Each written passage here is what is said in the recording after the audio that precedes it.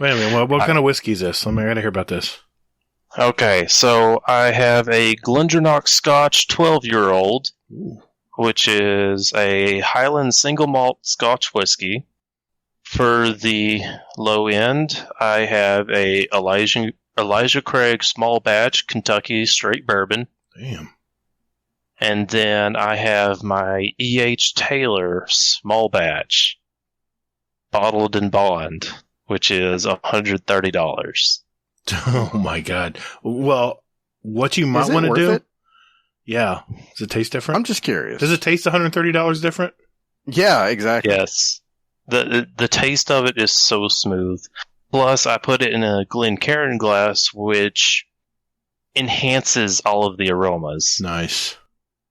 Because the way that the shape of the Glencairn is, it has a bulb down at the bottom, and it kind of funnels up towards the top. Mm-hmm. So whenever you basically shove your nose in there to get that nice whiff, you're going to get all the smells in there. While if you put it in like your standard heavy-handed whiskey glass, it basically just bells out, and then all of the aromas just go all over the place, and you don't get everything. So it purposely funnels it to your nose. I love it. I love it. That's awesome. So it's got a wide bottom and a narrow top? Yes. Oh, I know that cup. Those are really nice. Another name for these are also called the nose cannon. It kind of looks like a cannon, doesn't it? Like a Weeble Wobble. Remember the Weebles? Yeah, kind of. As you grow up, you can knock them down, but they won't fall down. Something like that. Yes, I had one. I did too. I got hit in the face by it. Oh yeah, my brother threw a few of those to me too, like marbles on the bottom. I wonder why.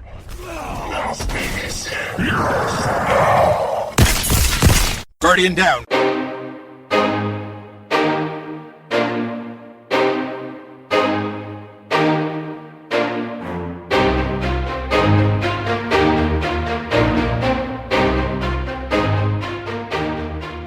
What's up, everybody? Thanks for spending your time with us today.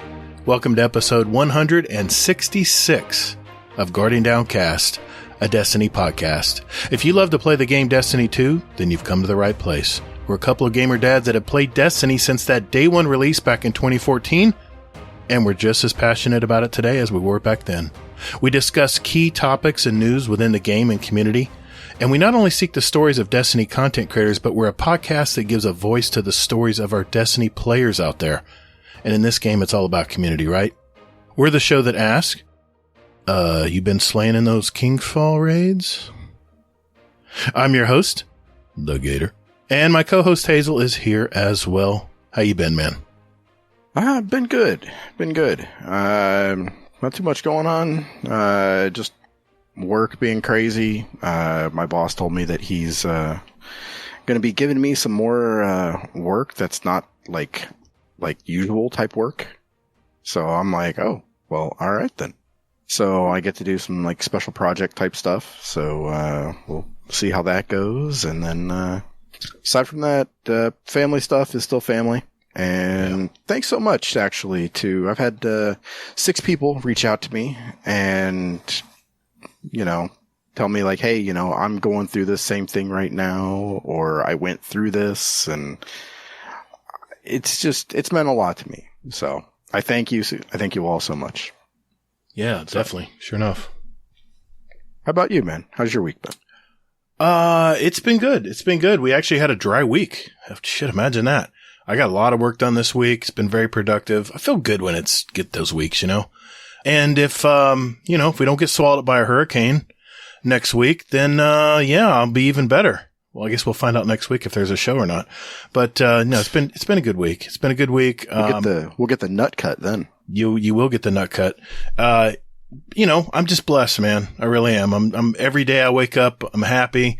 YouTube channel's killing it. I'm actually at 599 subs tonight. I'm hoping to hit 600 for the next damn video coming out, man. I've been looking forward to roasting your ass about it. It's a big one. It's something everyone's been asking for, and it's been taking me a lot of research and a lot of time to make sure. I'm not just going to release a half-ass video. I want to do it right. So, yeah, I'm working on it tomorrow. I'll be putting all the pieces together tomorrow, and hopefully we'll have it out before the weekend's up. So by the time you hear this show, you might actually know about it already. So, yeah. Damn. Yeah, About time, man. I've been I know. waiting to roast you on it, and I'm like, where is it, man? It's funny. YouTube has noticed too, because they're like, okay, you're not putting any more content out, so we're not going to show your other videos to people now. I'm like, uh-oh, I guess I better get my ass to work. So, well, that's what your son told you. Yeah, I know. But anyway, that's another topic for another day. What do we know? What does your community know? I don't know. Hey, you have 600. Thank you, sir. Oh, Hot. Caw 600. I'm sorry, man. I have the urge to do that tonight. Every time I hear your name, I want to do that. Okay. All right. We won't spoil it. We have an exciting show tonight. We have another brand new guest of the show. He's a solid member of our Discord community. And who can forget the freak event that happened on his birthday, which, by the way, is the same as mine. So he's already a boss. It's Hawkslay3r. Absolutely. Hawkslay3r, how you doing, Greetings, man? everyone. Oh, I have been worked hard. Very, very hard. Yeah, you just had a job change, didn't you? Yes. All right, we'll talk about that. We'll talk about it. Okay. Yeah, we'll save it for the show. We'll talk about that. Here's what we have lined up on the show tonight, gang. We're going to hear, of course, Hawkslay3r's story, his Destiny gaming adventures, and about what he's been doing this week in Destiny, as well as Hazel and I. We're then going to test his Twitch reflexes in our new and further improved Fastfire question and answer segment we call the Speed Run. Hazel will go over this week at Bungie for the 5th week of Season of Plunder. We have another topic of the week to discuss. Then we're going to go through and answer your questions from our SpeakPipe and our Discord server. As you can see, it's another busy night, so let's roll.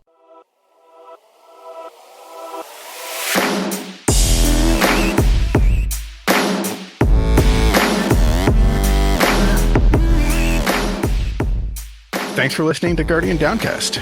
You can find us on Twitter at Guardian_D_cast. Or you can find us on Instagram at Guardian_Down_cast and see what pics our weekly guests want to share with you. Or just visit our website at guardiandowncast.com for all the contact info and where else to find us. And you can also play any past episodes you like in any order you like, right from your browser. Man, don't or me. Hey, Guardians, and while you're at it, follow our Guardian Downcast show playlist on Spotify and iTunes. We post those links in our show description every week. So check us out, and later, Guardian. Toddles!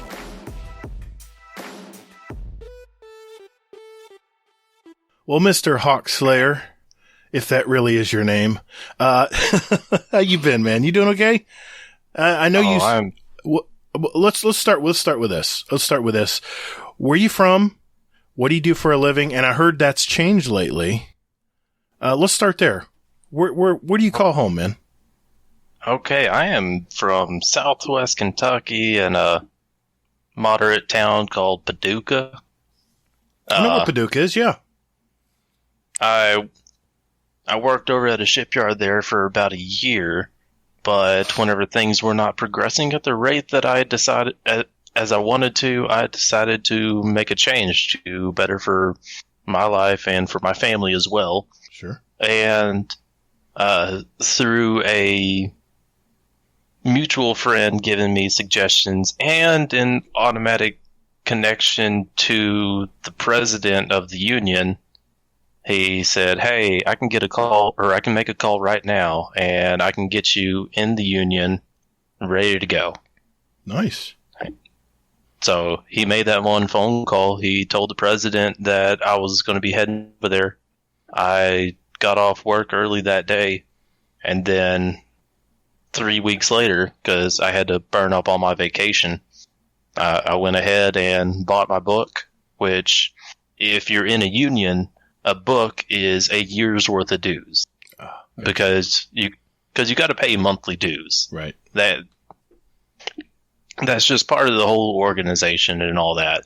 There's a lot of hoops and logistics you got to jump through, but ultimately, if you play by the rules and do what you're supposed to do, I'm going to be able to retire in somewhere between 20 to 25 years. Okay. That's not bad. And I'm only 27 right now. Yeah, so I'm doing the math. Yeah, that's not bad at all. So that, and the best part about it, all my benefits and stuff that I get is not coming out of my paycheck. They're getting charged to the client. So, so let's say I get paid $25 an hour. The client is actually paying, let's say $40 an hour. And that $15 is covering all my benefits, healthcare, pension, annuity, all of that. So they're getting charged that much, but I'm still getting my full chunk. Gotcha. Okay. And you said you were working a shipyard, or you're still working in a shipyard, just a different area, or? No. I was working in a shipyard. Now I'm going to be hopping around from job to job to job. I don't know where I'm at. Right now I'm working in a chemical plant. Okay. And this chemical plant makes antifreeze for cars and the plastic insulation on wires, or at least the raw material for it. Nice. So I'm going to be going all kinds of different places, doing all kinds of different things. I'm excited, and I have a 10-year job coming up over at the Kentucky Dam.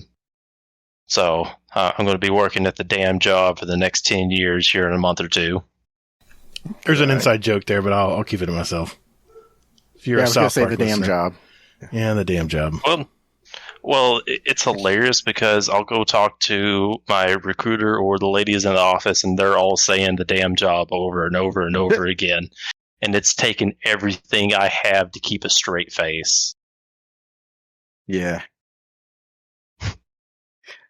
Yeah, I had a moment like that at work too this past week. So I've been helping out this other department, and they keep saying like departments' names by like abbreviations. So this one is Busy AF.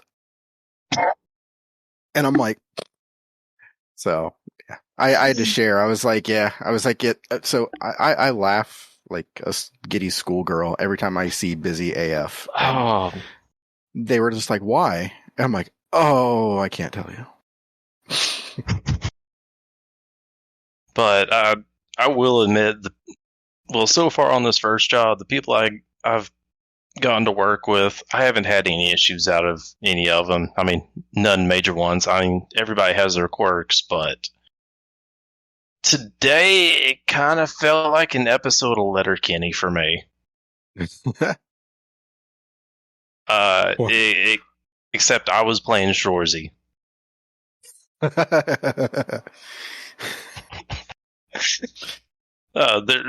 wondering how that's going to go. So you're in the bathroom? No, I'm just kidding. No. I was on the job site, and we had this younger kid. He's 18, and we give him a super hard time.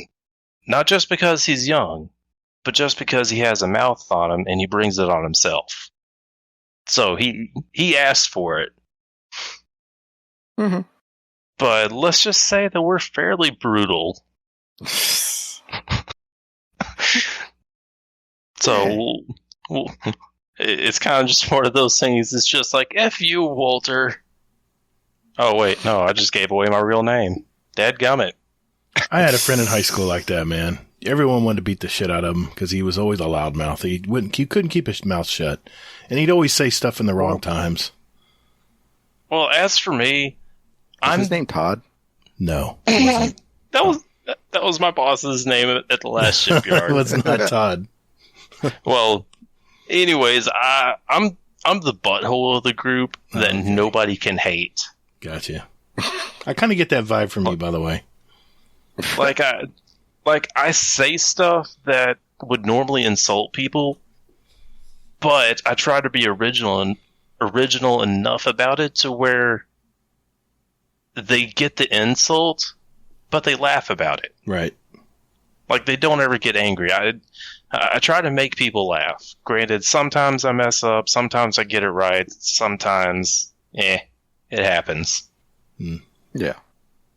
But my goal is I want to make people laugh. That's how I handle most of my negative emotions. Instead of taking it out with anger, I completely wash away all my frustrations with making people laugh through endless and effortless comedy.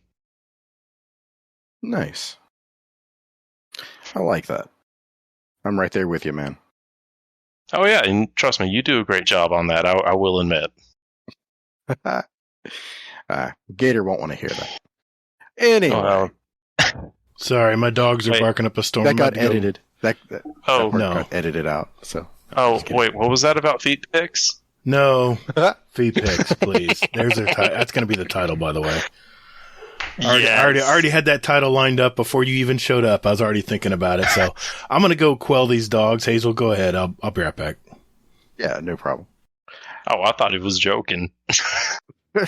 I thought he was too, actually. Okay, so here we go. So, what was one of your earliest video game memories? Oh, one of my earliest video game memories. I was over at my grandmother's house playing one of the original Segas where I was constantly kicking my brother's butt at Street Fighter 2. Nice. I still have that console as well. That's tucked away in a box at my parents' house. Okay. Who'd you use? My favorite was Ken. Ken. Ugh. Dude, the Hadoken and that tornado kick. Oh, I know. I mean, I can't remember. I can't remember which character it was. My brother always used the dude with the stretchy arms. Oh yeah, Dalsum. Yes. Yep. See, I spent way too much time in my life playing that game. So. But it was so good, though. Yeah. Yeah. For me, I always liked Balrog. I think it was his name. The boxer guy. Okay, yes. Like, he was hard to... He sucked, like, for the most part. But if you got really good with him, then you could, like, actually, like, tear up some ass. It was nice. Well, with him, you had to get a basic understanding of his basic moves and how to lead up to the power moves. Because his power moves alone were not that great, but if you could set your opponent up in certain conditions, those power moves were devastating. Yep, and the combos before they were existed like they do today in the damn games. Well, that's whenever combos really had a hype to it. Mm-hmm. Like whenever you got a 27 hit combo, that's whenever everybody just lost it. Yeah. Yeah, that was the thing. God, I miss those days. Back when video games were simple. Yes. Yeah, we're on a Destiny 2 podcast. Yep, exactly. Well, Fucking we can still Destiny reminisce. 2. We can still reminisce. But Yes. Yep. Well, So, Gator, Street Fighter 2. Did you play? yes, I did. I love Street Fighter. Who'd you use? Oh, man. I can't remember. Dude, that's a long time ago. That's a long time ago, dude. Dude. He probably used the sumo dude. I always use the tanks. Or Chun-Li. He was a Chun-Li. I always use the tanks. I always use the guys that could take a lot of beats, could get beat up and still have a lot of resistance. Well, there was actually a character named Tank, I do believe. I think he came out later, though. No, he was in Street. Well, I was talking about the military dude with the buzz cut or with the high buzz cut. Yeah, Guile. Oh, I thought his name was Tank for whatever reason. yeah. I don't know why the hell I remember this shit, but yeah, I think it's entertaining. So yeah. So I'm sure somebody. I mean, at least, hey, listener, at least I remember the names of the people, so you're not sitting in your car going like it's fucking Guile. No, I use the redhead. I use Guile. I use Honda too. I'm just gonna let it go. He said the redhead, and he said Guile. Guile's redheaded. Yeah. No, he's Guile's like blonde. He's like Irish, isn't he? Trying to remember. He's blonde. This is great. He's like in a muscle shirt. That's all I'm No. trying to remember. He's not blonde. I think pretty sure he has red hair. Nope. What? Are you talking about Blanca? No, I'm talking about Guile. No, The green guy? No. Gator? no, With the red hair? Blanca was like a goblin on Dude, steroids. Blanca's like he's not even human. Now, Yeah, he was a goblin Trying on to help steroids. you out. You're talking about like E red Honda hair was and like the Buddha. He was like the tank. the sumo type. wrestler. Yeah, he's like the sumo. Yeah. Yeah. Yeah. God, that's been a long time, man, since I played that game. So you guys played Ryu, I'm sure? Oh, No, I mean, we he was had Ken. to at some point. Yeah, you have to start with him. Yeah, he was Ken and I was Balrog. Balrog. Okay, gotcha. Okay. That explains a lot. I mean, yeah. Well, hey, Hawkslay3r, I'm curious. How did you find Destiny, my dude? Oh, okay. Well, back in my high school to college days, Okay. I was in a massive gaming community. Have you guys ever heard of this community called KSI? Yeah, I remember KSI. Yes. Yeah. I was in that group. The guy who was the head guy of my particular group or my branch called Trocity. He sent out a mass message. Well, I didn't know it was a mass message at the time. I thought he selected me out, and I thought that I was special. I got So- you. I got you. So I replied back. I started talking to him, and he got me to join. Well, this was Halo 4 going into Halo 5, Mhm. and we ended up getting a SWAT team together to do some online MLG tournaments. Okay. And we did tryouts for captain, and somehow, some way, I made it. I made it to the captain position, and I became the captain of the Atrocity Headhunters. Wow. Nice. Well, we actually did enter a Not so few. nice. Well, we entered a few MLG tournaments, and we got some winnings. I mean, we didn't get anywhere near first, but we averaged around like the 15th or 20th percentile of wherever we played. All right. Not bad. That isn't really. But then I started hearing news about this new game coming out that Bungie and Activision were coming together to make, and I'm like, oh, this is going to be good. So at that point, I started doing research. I followed them. I started listening to all of the sneak peeks that they were doing. Mm-hmm. I actually found one of the 3-hour sneak peeks on YouTube in one of my memories. And I'm like, wow, I watched this entire thing 3 times. That's 9 hours of my life that I wasted. I wonder if that was IGN's sneak peek. I That remember watching was. that one. Yeah. It was so beautiful. It was, man. I was like, please But come out now. now, I pre-ordered Destiny, and I played the beta. Mm-hmm.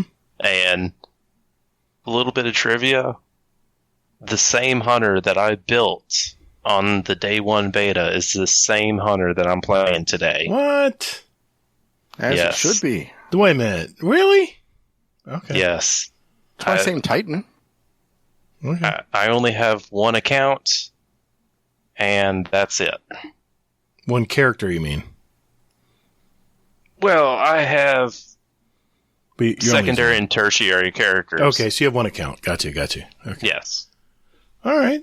That's all right. I'm trying to remember if I still have the original But- Warlock or not. Well, here's something else funny. Whenever the actual game released, I went over to Walmart as soon as they got it. I picked up my copy. I went back home, and I locked myself in my room for 48 hours. I think we all did, man.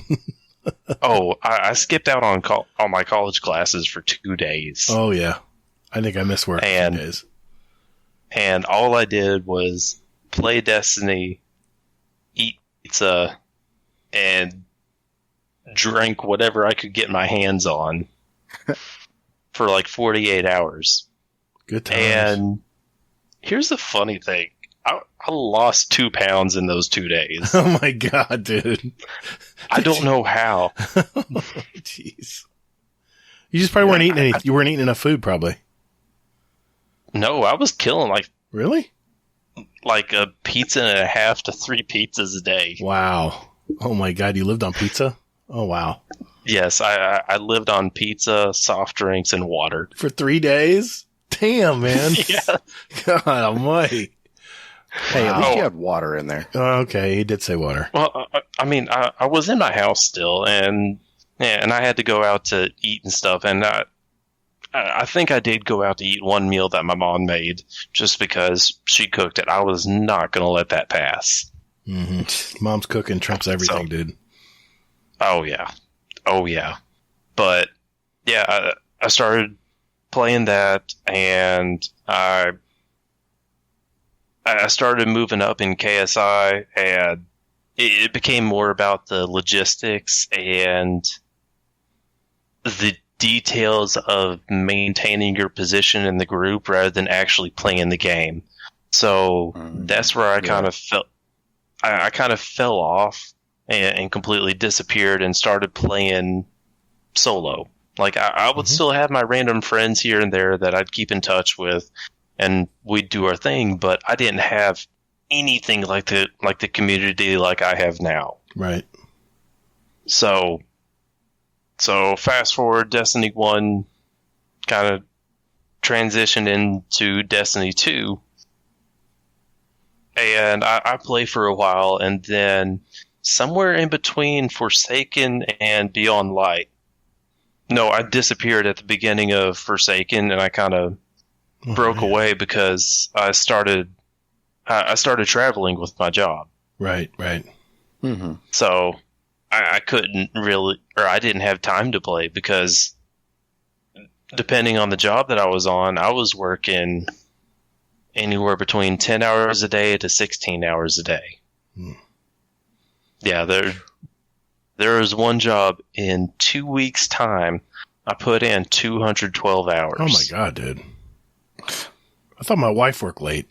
Jeez. Oh yeah, I was looking rough at the end of that job. Oof. Oh, I bet. But once I came back into Destiny around like halfway through Beyond Light. Okay. So I started playing, and this is about whenever I really got going at the shipyard here in Kentucky. And I was on my break, and I started looking on my phone, Destiny 2 podcasts. You probably know where this is going. The first one that popped up was Two Titans and a Hunter. It's the one that always pops is, up. yeah. It's always the one that pops up. I give credit to Night Demon. He's amazing. I guess that's SEO. Well, here's the funny thing. I started listening to episodes. I started catching up with them. By the way, I've had so much time. I've listened to every episode of Guardian Down and Two Titans and a Hunter. That's a lot of stamina, my dude. That Wait a minute, did you go back and listen to the past episodes? yes, Good for you, dude. You poor guy. No, that's awesome. I mean, yeah. He knows all our guests now. He knows all our guests. That's awesome. Well, yeah.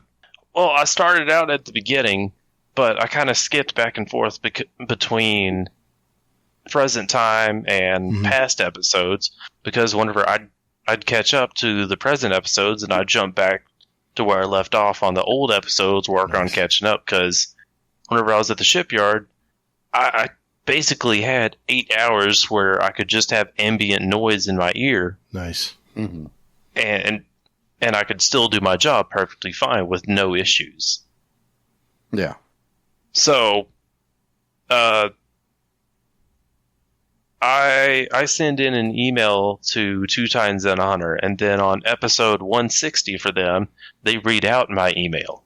So, I'm listening to their podcast, and I hear my gamer tag, and I'm like, wait, what? What? Wait, they actually read my stuff? Oh, okay. So, I actually messaged Respawn directly later on, and I ended up trying to link up with them to try to play Trials of Osiris, and needless to say, that did not go well. Not for Respawn's part, but just because I was severely underleveled. Like, I was getting one shot by scout rifles. Right. It was bad. It was painful. I had fun, but it was painful. Mm-hmm. You're at a major handicap. Yep. That's trials in a nutshell, right there. Yeah, It was fun but painful. Yes. You better be a grinder. A light power grinder, that is. I'm better at it now. I'm not great, but I can hold my own at least. Yeah. Yeah, you dumped on me on the scrims this last week. Oh, I have my moments, but Dude, he killed our whole team with one super. We were all at the stairwell. I saw and that. God, that was painful. I said, did he just kill all of us with those knives? Yep. I said, Briggs, you're down too? Yep. I saw all three of you, and I just went for it. I got you. But you were patient too. I watched that video back. You were so patient. You were just biding your time, waiting for us to group up even more and get more. You waited for us to get really engaged in your other two teammates next to you. I think it was Monkey and, was it Hammer? Monkey and Hammer? Who were your teammates that night? Monkey and, it was Monkey and Hammer, yeah. Yeah, Hammer. That's what I thought, yeah. That's crazy. Hey, have you ever read Sun Tzu's book, The Art of War? I have it. I haven't read all the way through yet. I've read some of it. I have. Yeah. Yes. Okay. I read that for a while just at night, just so I can help get myself to sleep. Okay. And I had my moments.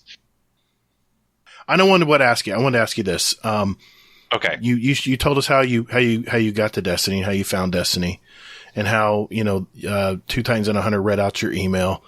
What is one of your favorite moments from Destiny, playing the game? Oh, one of my favorite moments from Destiny will have to be the first time I ever completed Vault of Glass. Nice. Forever 29, right? D1 or D2? D1. I was going to say, it's probably D1. You never know. He's a beta player, so. Yeah, D1 now with D2, my most memorable moment was the first time logging in to Destiny 2, loading in with my very first character, and just seeing that pure nostalgia of the restart. Mm-hmm. On Venus. Yep. That was awesome. I love that area. It was so beautiful, too. Like, yeah. The overall cosmetics of everything is just tantalizing. Now, I got to ask you, when you were cruising around on your Sparrow on Venus, did you ever stop and help people get through there? Stop and shoot a few enemies for them? It depends on what my current goal was at the time. I got you. If I was just piddling around doing patrols, which is what I did, trying to complete whatever bounty was in the area, yes, I would stop I would stop and help people, and especially during the public events, right? I would always jump in those, try to get the loot, and try to do whatever I could to advance it on to the heroic stage. Right. Mm-hmm. I hope they bring Venus back. I miss Venus. God, I miss that. Just the school and everything is just so cool to go in the inner area of it. So neat. Anyway. Okay, well, cool. Yeah, that was my first raid as well. Very good memories from Vault of Glass. How many times did it take you to get a Vex? Or did you ever get one? I got one, I can't remember if it was my 4th or 5th time. I knew it wasn't that many times. I know it wasn't the first.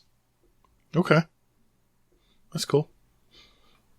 Okay, so what have you been up to in Destiny lately? Well, Destiny lately, I've been trying to get my character up in what little free time I have to be able to run GMs and the more in-game content.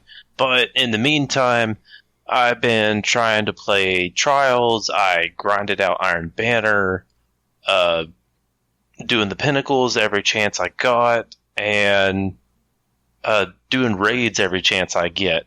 Now, I am going to have to... I got to give a little bit of a shout out. I got my buddy Azra Demon.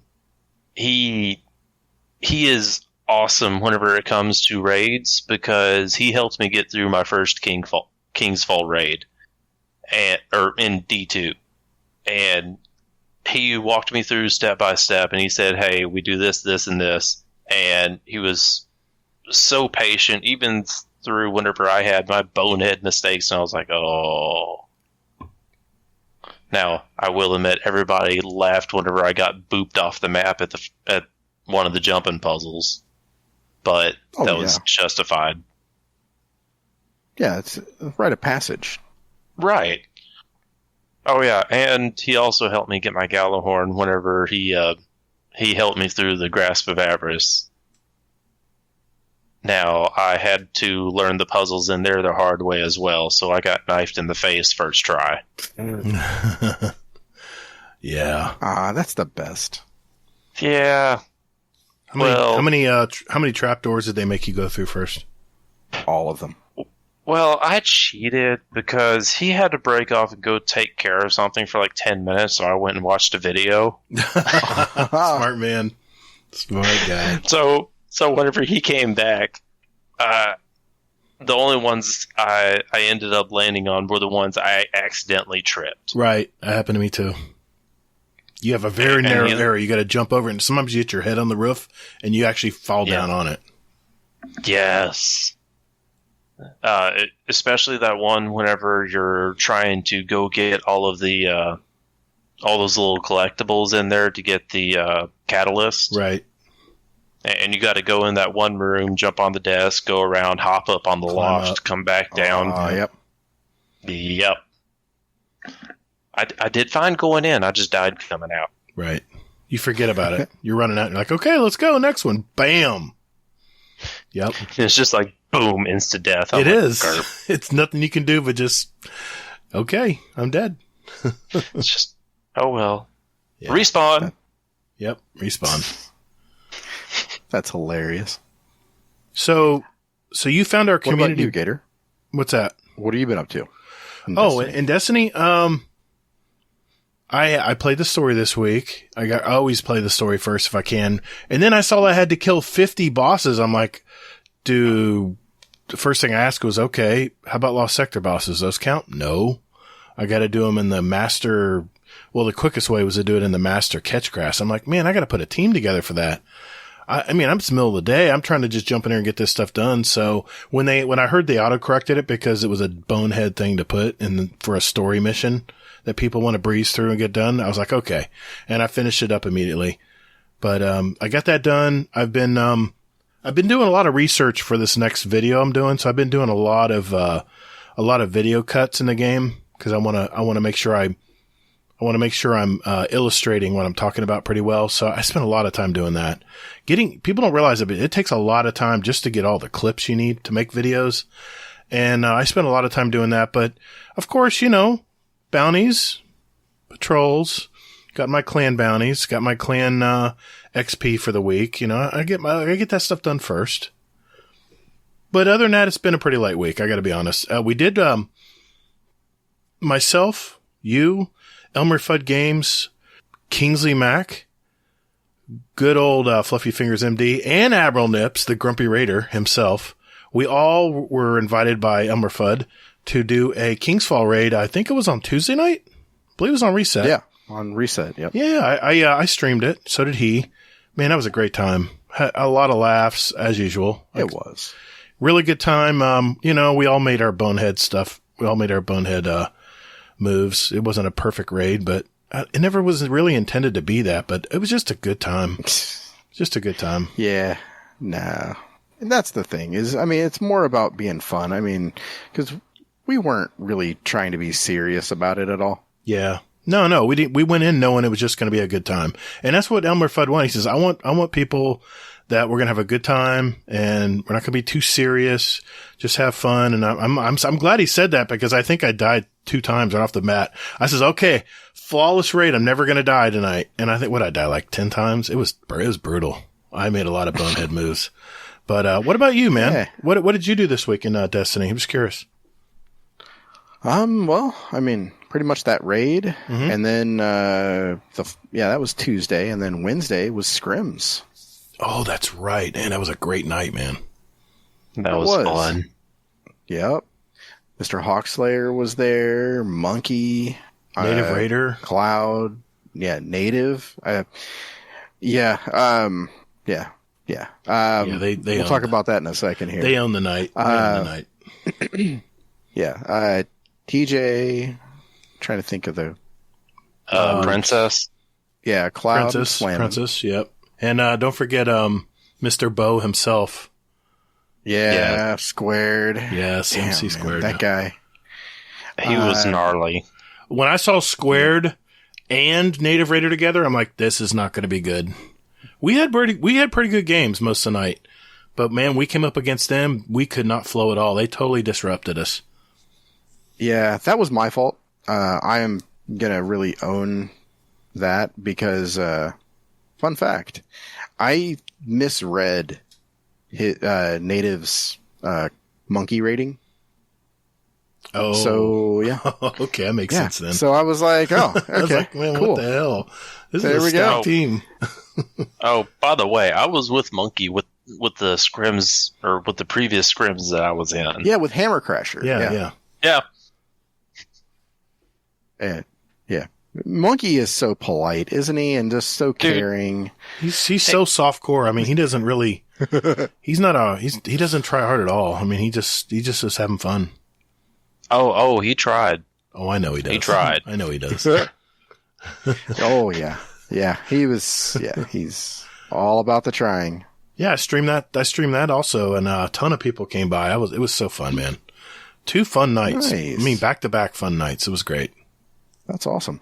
But yeah, besides that, just, doing the story and, trying to knock out some challenges. So trying to get to level 100. I'm at 51, I believe, right now. Oh my gosh, really? Yeah. Dude, I mean, All right, life, Hawk. man. Where you Life. at? I know. It's been happening. I'll be easy on you. I flipped 100 a few days ago. Where were you at, Hawks? Oh, I want to say I'm at like 35 or 36. Okay. Well, I mean, you're working 200 hours a week, so I mean, Oh, well, God, Might not have an right now. excuse. I feel like it, yeah. because right now with the work that I'm doing, it's very labor taxing. Yeah, I bet. Plus, it's a new job. You got a lot of learning. You got to be a sponge. Yeah, and you got to be there. Yeah, you do. Well, granted, here's the funny thing. I'm the lowest ranked guy there. Mhm. Like, you have year 1, year 2, year 3, and year 4 apprentices. Then you have journeymans, and then you have the foremans. Well, I came in as a year 2 apprentice. I have construction experience, but I don't have any carpentry experience. Oh, okay. But at the same time, my boss is kind of looking to me for like a co-leadership. Because granted, he sees that I'm not afraid to make a decision, and I know how to run every piece of equipment on the job. Nice. Yeah, we were swapping drill I picks can today. run everything all the way up from skid steers, forklifts, man lifts, even all the way up to cranes. Nice. I can't do cranes, but I can do all those other things. My dad-in-law is actually trying to get me to strive to get my CCO, which is my crane operating certification. Mm-hmm. Heck yeah, man. That Very nice. stuff boosts your paycheck. Makes you more valuable. Yeah, for sure. Crane operators, man, are not easy to find. Yeah. Anything that needs certification, it's always a good thing. It's a barrier to entry. Okay. Hawks, I got a question. Go for It's it. real important, dude. You ready? Yes. Dude, do you do bounties? When it's appropriate to the current task. Okay, I'll accept that. Thank you. No, I'll accept that. So you're doing So- gunsmith. You're doing gunsmith bounties, right? To get your XP. Well, gunsmith bounties. Well, generally, if it pertains to what I'm using at the current task. So, granted, I use my phone. I don't ever go to these guys. I just order my bounties in online. I do too. So, like, let's say I'll go play, or I plan to go play Crucible or Iron Banner. I'll pull in all the bounties that I'm going to be using, and maybe a few of the bounties that I might get, and then I'll go to Gunsmith and see if he has anything for the weapons I'm going to be using. Like, let's say I'm going to be using a pulse rifle sidearm rocket launcher. Mm-hmm. Then those are the ones that I'll grab. I'll forget everything else. Okay, that's fair. I mean, I grab them all just because you only need like 20 kills. But I'll just switch off weapons. Like if I got to get sidearm kills, I'll start with sidearm, and then I'll switch. To sell you on this. Then I'll switch to that scout rifle. You're mean. Well, here's the thing. I don't use Gunsmith for just one genre of task. Okay. So let's say I finish up with my Crucible, and I'm like, okay, well, I want to go play Strikes now. And I'll go gear up, go play Nightfall Strikes. I'll talk to Zavala, get all my bounties and stuff.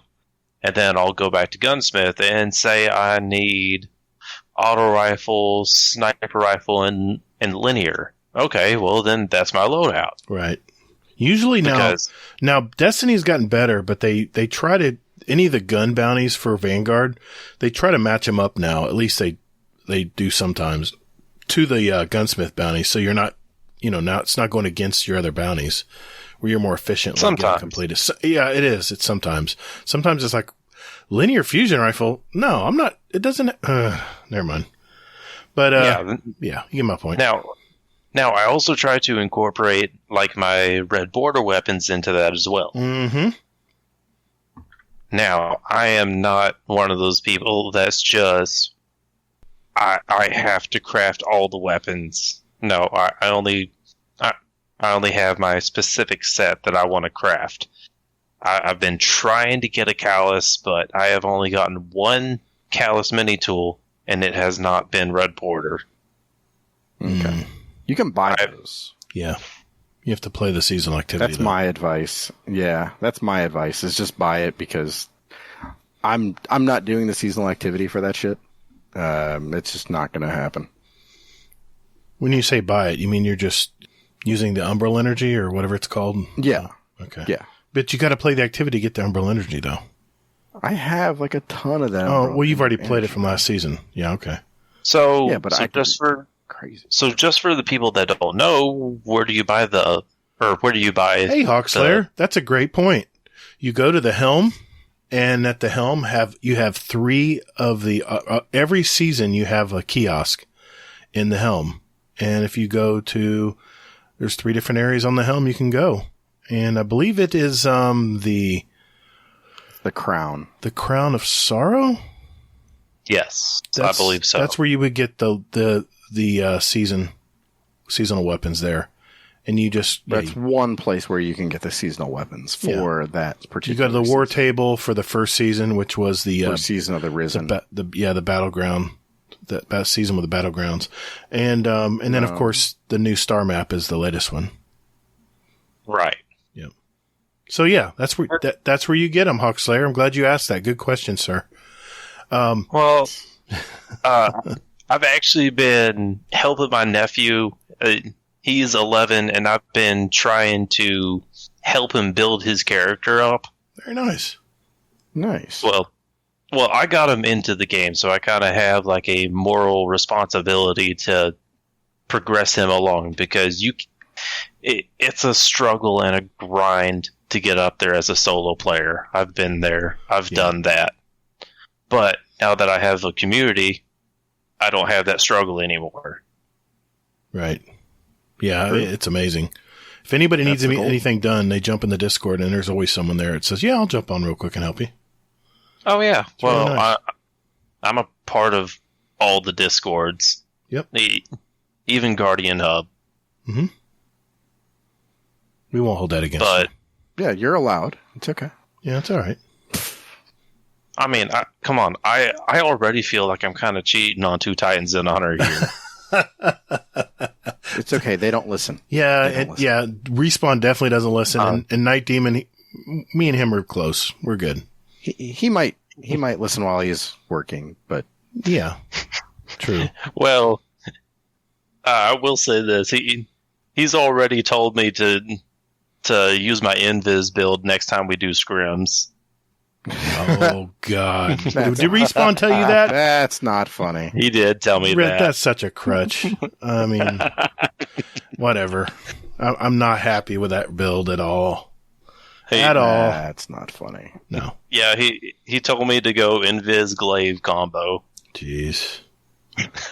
Yeah, you can go Invis for like 30 seconds. I'm like, geez, is Respawn going to shoot me at any point? Is he going to appear where I can at least have a gunfight? Oh, there he is. Boom. Headshot. Oh, jeez. Yeah. It's just like, surprise! I'm telling you, it's so dirty. It's so dirty. All right. So says the Warlock. I'm not salty. Anyway. Hazel, do you have a question you want to ask him? Yeah. So, Mr. Hawkslay3r here. Here we are. Do you play any other games when you have time, that is? When I have time, there's actually two main games that I play.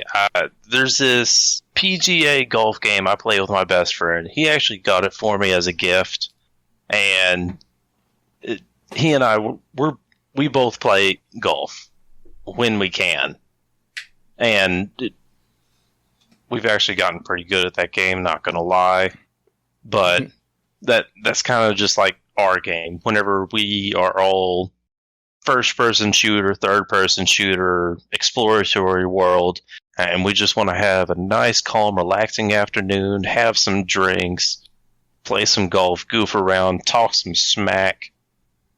We can do that in a calm, controlled environment without getting too out of hand most of the time. You can hear the birds chirping. I used to play that all the time, man, on computer. You're so dude, quiet. You can hear the birds chirping in the background while you're trying to putt and stuff. Oh, it's so calm and relaxing. It is. Now, granted, whenever we hit a bomb shot, we will start hooping and hollering. Out of the two of us, he got his hole-in-one first, and I was excited but salty at the same time because I still haven't gotten mine. Now, as for the other game, I play Fortnite. I have only played it with two groups of people, and that is my wife, her brother, and her brother's wife, and the other guy is the T-Rex King. Those are the only two groups of people I'll play Fortnite with. Other than that, I do not touch that game. I do not like it. It is not my style. I only play it mainly because that's my brother-in-law's favorite game. Trust me, I've been trying to get him into Destiny. I even told him that I would buy him the game and buy him the expansions. Oh, wow. That's like $100. Yeah, I'm willing to go that far. Wow. Okay. That's how bad I want to stop playing that game. Okay. I got you. That's awesome. Also, full disclaimer, I do have all the Destiny 2 skins on there, and I do play Zavala. Nice. That's awesome. That's cool. I respect that. I just never got into it. I just never got into that one. I don't know. I tried. I tried. I played a little bit with some friends. And I was like, it's okay. It's not Destiny. I don't blame you. Yeah, I know. You're trying. You're trying to make moves. I get it. Okay. Well, Hazel, let's get into some signature questions before we wrap here, man. Okay. So, Mr. Hawkslay3r. So, do you have any hobbies aside from disc golf and regular golf and gaming? Well, I mean, I'm an overall sportsman and marksman. I'm gearing up for hunting season. I just bought myself a new range-finding bow sight. I just got a new scope for my hunting rifle. I do a lot of I try to do fishing whenever I have time. But whoa! But, whoa! I gotta know this. What kind of fishing do you do? Well, like bass fishing or trout, or what are you going for? Okay, my favorite type. I love to fly fish. Oh, but I I haven't figured out the areas here yet, and I Okay. haven't had the time to actually explore them. Okay. Because right next to me in about an hour away from me Mhm. is a place called Land Between the Lakes, Okay. or LBL. Okay. If you get a chance, look that up. It is an absolutely beautiful area. It's clustered with lakes, with one massive lake in the center, with all kinds of little tributaries and rivers and riding trails. That looks like It's a an full day outdoor- playground to me, man. Dude, you can spend an entire year out there and you still won't explore Damn, everything. that big? Okay. Like, whenever my dad-in-law still had his Jeep, Hmm. Both me and my wife and him and his wife and brothers and sisters and all that all went out there. We went riding all day, and we probably explored maybe 3 or 4 trails. Really? Oh, That's nuts. yeah. I love it. Yeah. I love stuff like that, man. Oh, it was so much fun.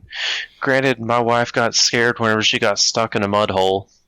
Yeah, it can be intimidating. Out in the middle of nowhere, and there's no cell phone. Well- No, usually not cell phone. Well, here's the funny part.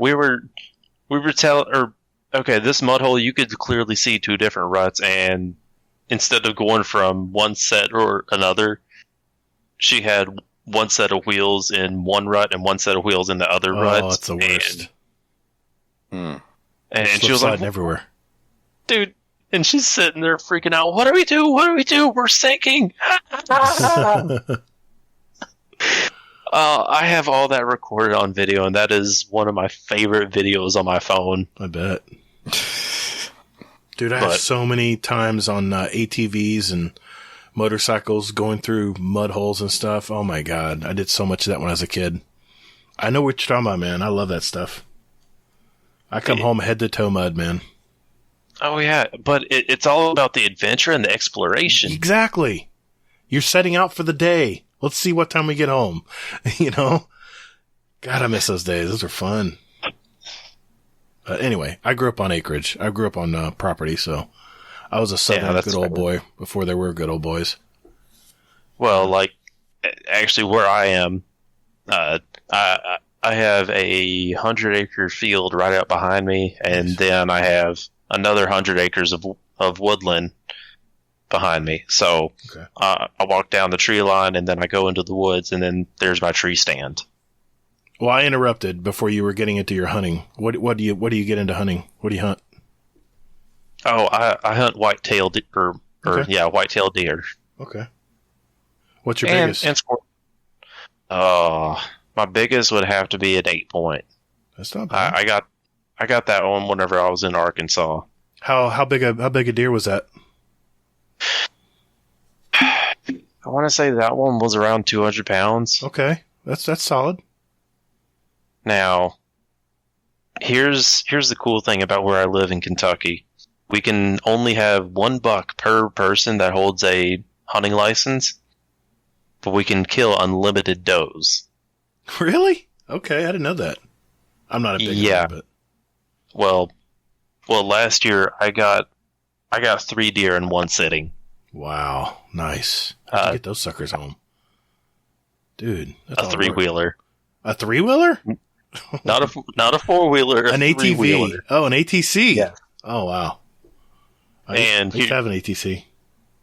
And here's also the cool part. I was using a 1947 Winchester 33 lever action with Oh my iron God, sights. Dude. Really? You must be a crack Dude, shot, dude.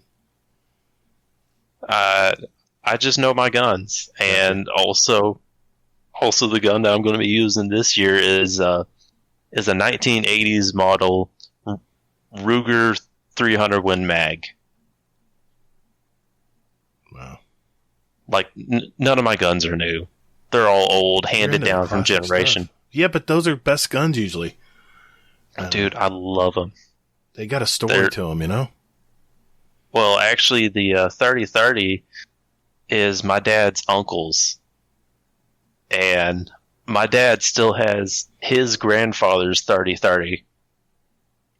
I tried to get that one, but he wouldn't give it to me. Mm. No. He's not going to give that one up without a fight, but oh well. No. It's still in the family, though. That's all that matters, man. Oh, They're not getting turned in at the gun shop, you know? Oh, They're no, in that's the family number for one rule years. in our family. I bet. That's the number one rule in our family. We do not trade, or we do not sell. Gotcha. All right, sir. You know, I've been waiting all week for this question, man.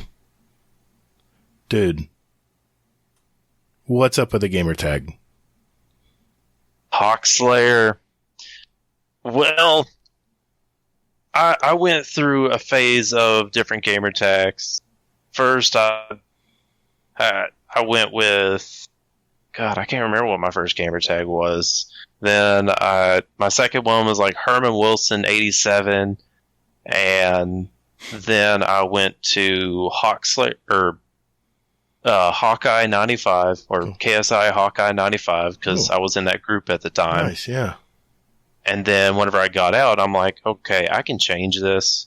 What do I want? I still want something Hawk related because the reason for it being Hawk related is because my favorite character out of all of the Marvel universe is Hawkeye.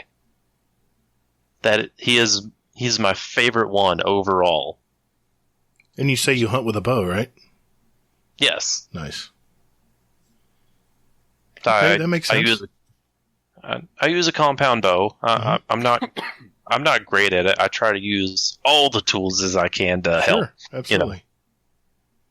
But and then I started playing around, and I'm like Hawkslay3r 95. You know what? Let's roll with it. I'm sure that it'll stick eventually. Well, and here's the funny part. Even Respawn today, even after he and we've known each other for a little bit, actually 9, we've known each other for 9 months now. Okay. And he still trips up. He still wants to say Hawkeye instead of Hawkslay3r. Yeah. Like if you listen back to any of their podcasts, he stammers every time he says, he tries to say my gamer tag, and it's hilarious. Nice. But that's his goldfish memory for you. Yeah. Well, the guy's traveling all the time. I mean, my God, that guy travels. My Lord. Yeah. Let's just say 1 year I had 7 different W-2s in 6 different states. Oh my God, dude. Wow. Yeah, that's nuts. All right. So, Mr. Hawkslay3r, do you have a motto or mantra or a couple of them that you live by? Honestly, I have 3 that I live by. Whenever it comes to certain situations, it is just grip it and rip it. Sometimes it's better just to not think about it, go for it. If there's little to no consequences, have at it, give it your best effort, and see what happens afterwards. Mm-hmm. Obviously, that relates to disc golf, but it can relate to other things as well. The number one thing that I try to live by is take a breath before you say something. Like, take a quick little half a second breath, bring yourself together, figure out what you want to say. I'm writing that down. That fat chance that's going to happen. That's a good way to live, man. I like that. I like that way to live. And the third one, for me, this is because of my anime background and because I'm a major anime fan. I like to live by the law of equivalent exchange. Please tell me somebody's getting that reference. I don't do anime, so I'm sorry, it's not going to be me. I was waiting for Gator. Yeah, you're waiting for me to go, Gator. Well, I don't understand what that means. I don't understand the context. Yeah, pretty much it was like right on time, actually. Shit. But essentially the law of equivalent exchange is do not offer something or request something of somebody without receiving or offering something of equal or greater value. Okay. I get that. That will go all the way from asking a single favor, hey, can you come over to my house and feed my dog for me once? All the way up to, dude, I'm in a bind. I need some help. That rule right there has helped me out a lot, because whenever you really and truly need somebody to do something for you and you're not sure if they'll just break away from whatever they're doing out of the kindness of their heart. I mean, granted, people are people, and sometimes if you offer them, like, hey, if you'll come over here and bring me a gallon of gas, I'm 10 miles away, I'll give you $30 to help pay for the gas and pay for everything else. Granted, that's going to be more than enough, but it actually incentivizes them to gain something out from helping you rather than just doing it out of the goodness of their heart. Right. Yeah. I like that. So it's a fair trade and a fair barter system. Mm-hmm. Kind of like something I did a few weeks ago. I finished making my own wine, so I sold a couple bottles of wine, and the guy that I sold the bottles of wine to, I got a bottle of moonshine for. Nice. Don't tell worker that. We have to borrow some. Just saying, vodka and orange juice is a dangerous combo. I purposely decided not to go with that route today. Mm-hmm. All right, Hawks. Thanks for those honest answers, man. But I got one more for you. Yeah. Dude, what is one thing about you that maybe our community might not know about you? Can we play a quick game with this? Okay, I'm game. Have you ever heard of the fun game Two Truths and a Lie? Oh, yeah, I think we've all heard about that lately in Witch Queen. Yeah. So I want to do that with you on this. Okay, all right. Oh boy, I'm ready. So I'll do this for you. I've been thinking about this for a while.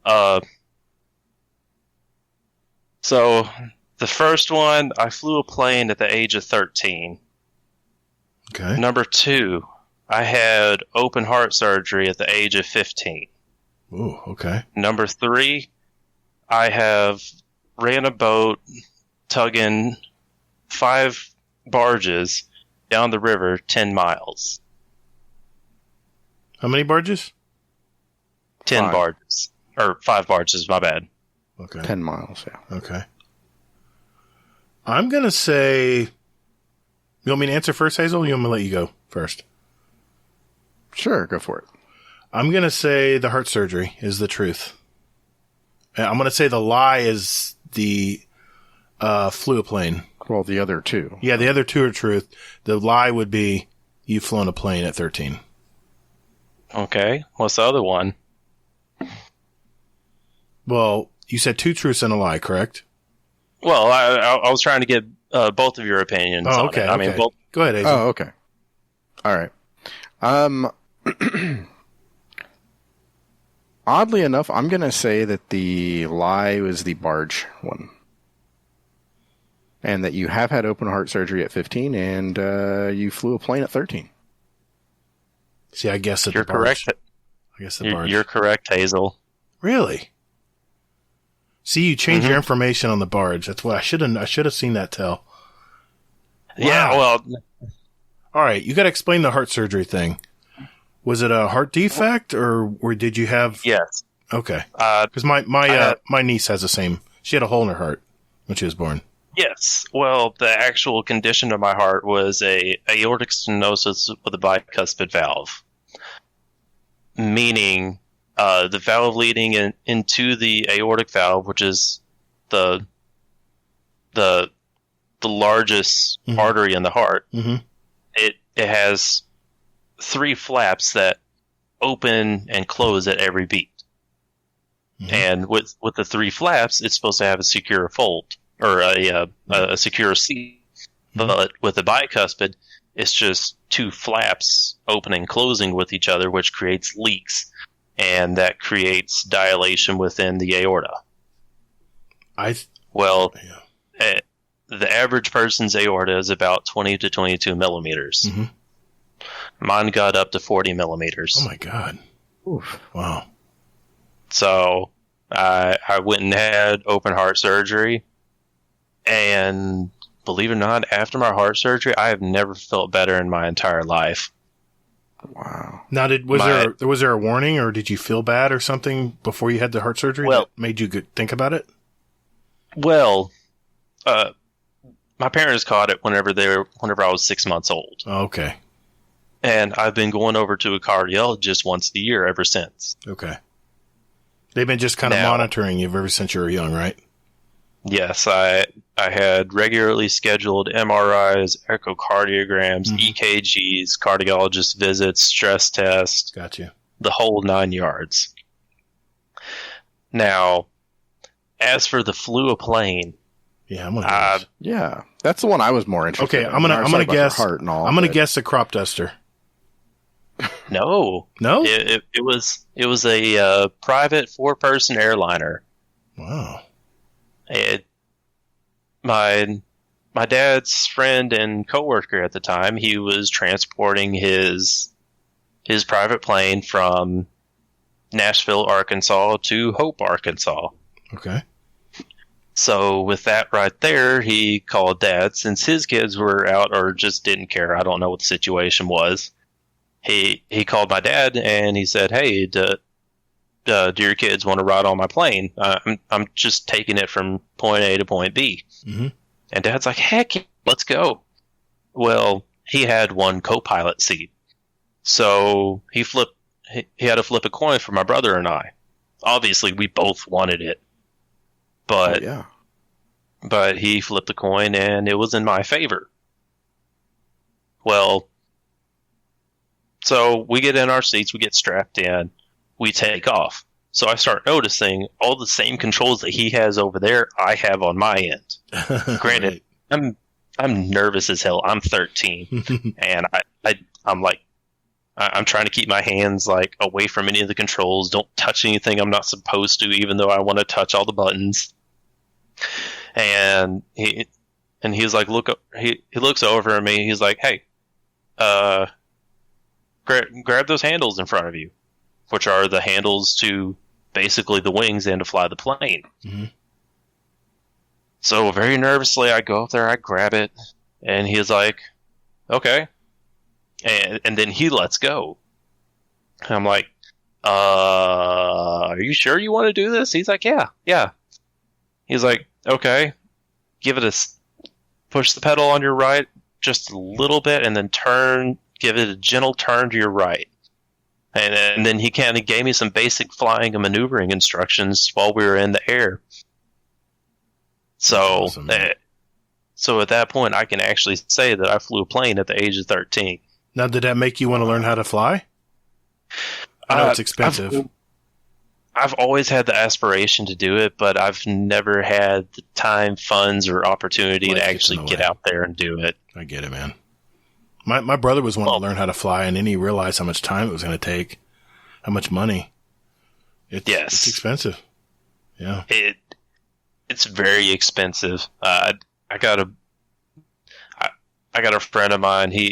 He's actually a pilot now, mm-hmm. a private pilot, and he makes Instagrams, TikToks of him flying all over the world. And I'm like, that's so cool. That's so cool, and he's probably making so much more money than I am. Probably from TikTok. Oh man, that's crazy. Nice. But now the last thing, I have actually driven a tugboat. It just didn't have any barges on it. We were bringing the tugboat from point A to point B. I had to show up at 2:30 in the morning so I can make the trip with my boat captain. I was his deckhand at the time, right. And we were going up there, and we were just driving a straight line. And he was like, "Hey, I'm going to go down and use the bathroom and you just keep this thing straight. See that light way over there? Just keep heading towards that. Right. The channel, the markers. Yeah.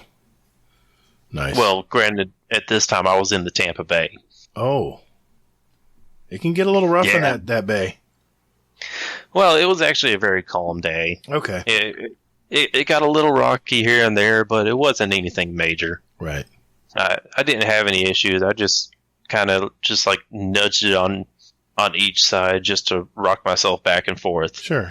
Kind of like you do whenever you're driving. Whenever you feel yourself start to go towards one way, you tap it the other way. But that's what boats are, man. They always pull one way or another, depending on the current, the winds, and which way you're heading, upstream, downstream. Your boat is always drifting. It's never a straight line. It's always a correction all the time, the whole way. Yeah. Yeah, and if you look at the GPS, it looks like you or me trying to draw a straight line slowly. Right. Yeah, people never driven a boat before they get in. They think it's just like, an accelerator, put it in gear and go. And just drive like a car, and then they skid sideways and don't understand how they can't, you know what I'm saying. Anyway. Or they end up going around in circles because they don't know how basic rudders work. Yeah, exactly. Yeah. Oh, man.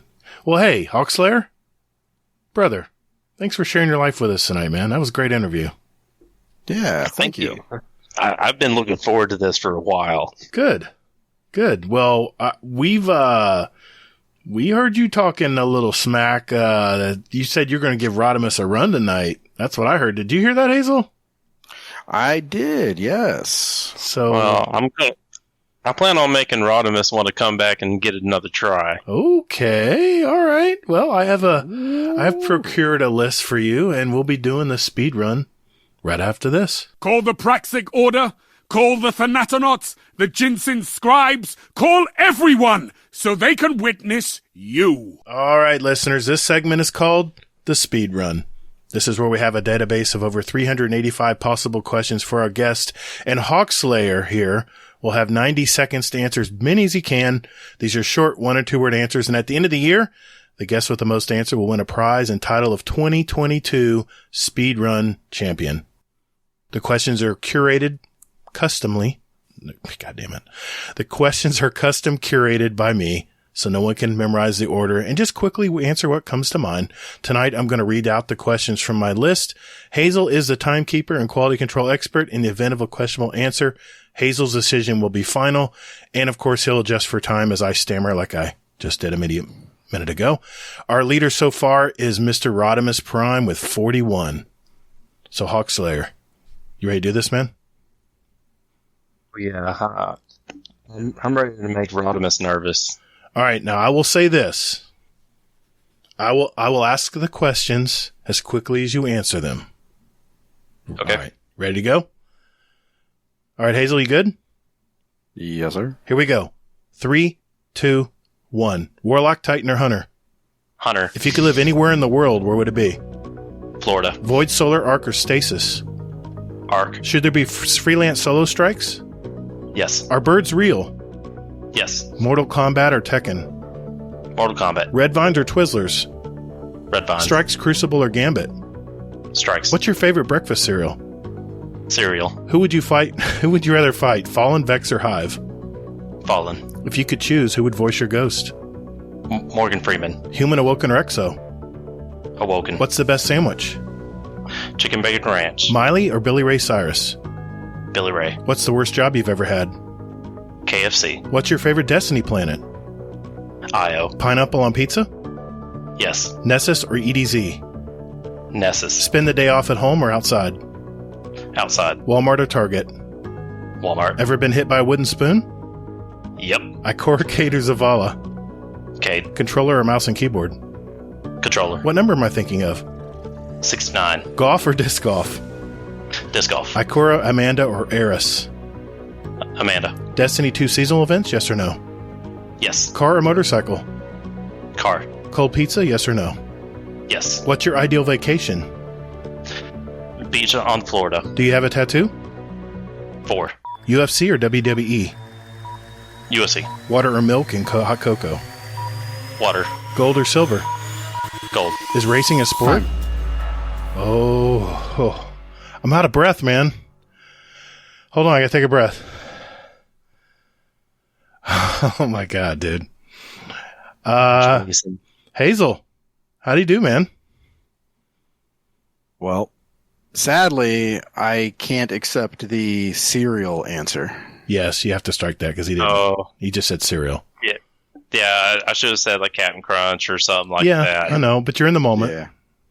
That's fair. Yep. That's fair. 30. Oh, no! So close. So close. Oh, I didn't man. think I stammered too many times. The vacation one got you a little bit. And And then there was another one I heard. I was like, no, dude, no. Yeah. I must have hesitated or something. Oh, It well. happens. It's random. So It is random. Sort of random. It's kind of random. Oh, well. Yeah. Oh, well. I'll just try again next year. There you go, man. There you go. Yeah. Well, hey, But hey, that was a solid shot, man. Yeah. Well, Kingsley lost a point too because he said sandwich for his favorite sandwich. Right. So And that's why I can't think of that quick enough. That's why Hazel's here. He's the officiator. I actually trained myself for that one. I listened to the past ones and I would give my answer, and that was the answer I locked in for that. Now, the cereal or what question or what was the question for that again? Your ideal vacation. That's standard. No. The cereal. What was your favorite breakfast cereal? You see, I just heard breakfast. I didn't hear the cereal part. Oh, okay. Well, That sucks. that was on my end. So, that sucks. oh well, it happens. That was a good try, man. Good try.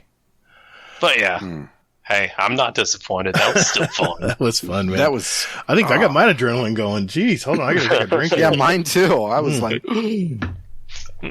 All right. Well, as they say on Two Titans and a Hunter, take a drink.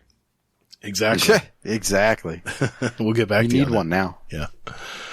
Yeah. Hey everyone, Gator here. You might have noticed that I bleeped out Hazel's answer on the speed run this week. That's how shall I say this? That's because Hazel mistimed it. I think maybe a young child in his house had messed with his timer. Unconfirmed, by the way. But oh good. I went ahead and double and triple checked it, and Hawkslay3r did in fact get 33 correct. Valiant effort, but unfortunately not close to our record holder, which is still Rodimus Prime at 41. So congrats, buddy. And Hawkslay3r, sorry, man. That's the breaks. Hey, listeners, I got a question for you out there. Do you have a question for our speedrun segment? If that's a yes, join our Discord and enter them in our speedrun question ideas channel, and we'll add them to next year's speedrun. Just remember, they need to be yes or no, 1 or 2 word answers. Either or questions will also be accepted. And don't forget what's your favorite. Those are my best questions. At the end of the year, we're going to have 2 drawings for a $25 gift card of your choice. And you can enter up to 5 questions to go into the drawing. We need some creative questions out there. So let's hear them, and good luck. Also, if you're enjoying what you've heard so far in our little show and you know someone who plays Destiny, do us a favor, share our show with them. All the links are in our show description right down there. I'm pointing at our show description notes. There we go. All right. Sounds good. Let's move on to our next segment, and that would be This Week at Bungie.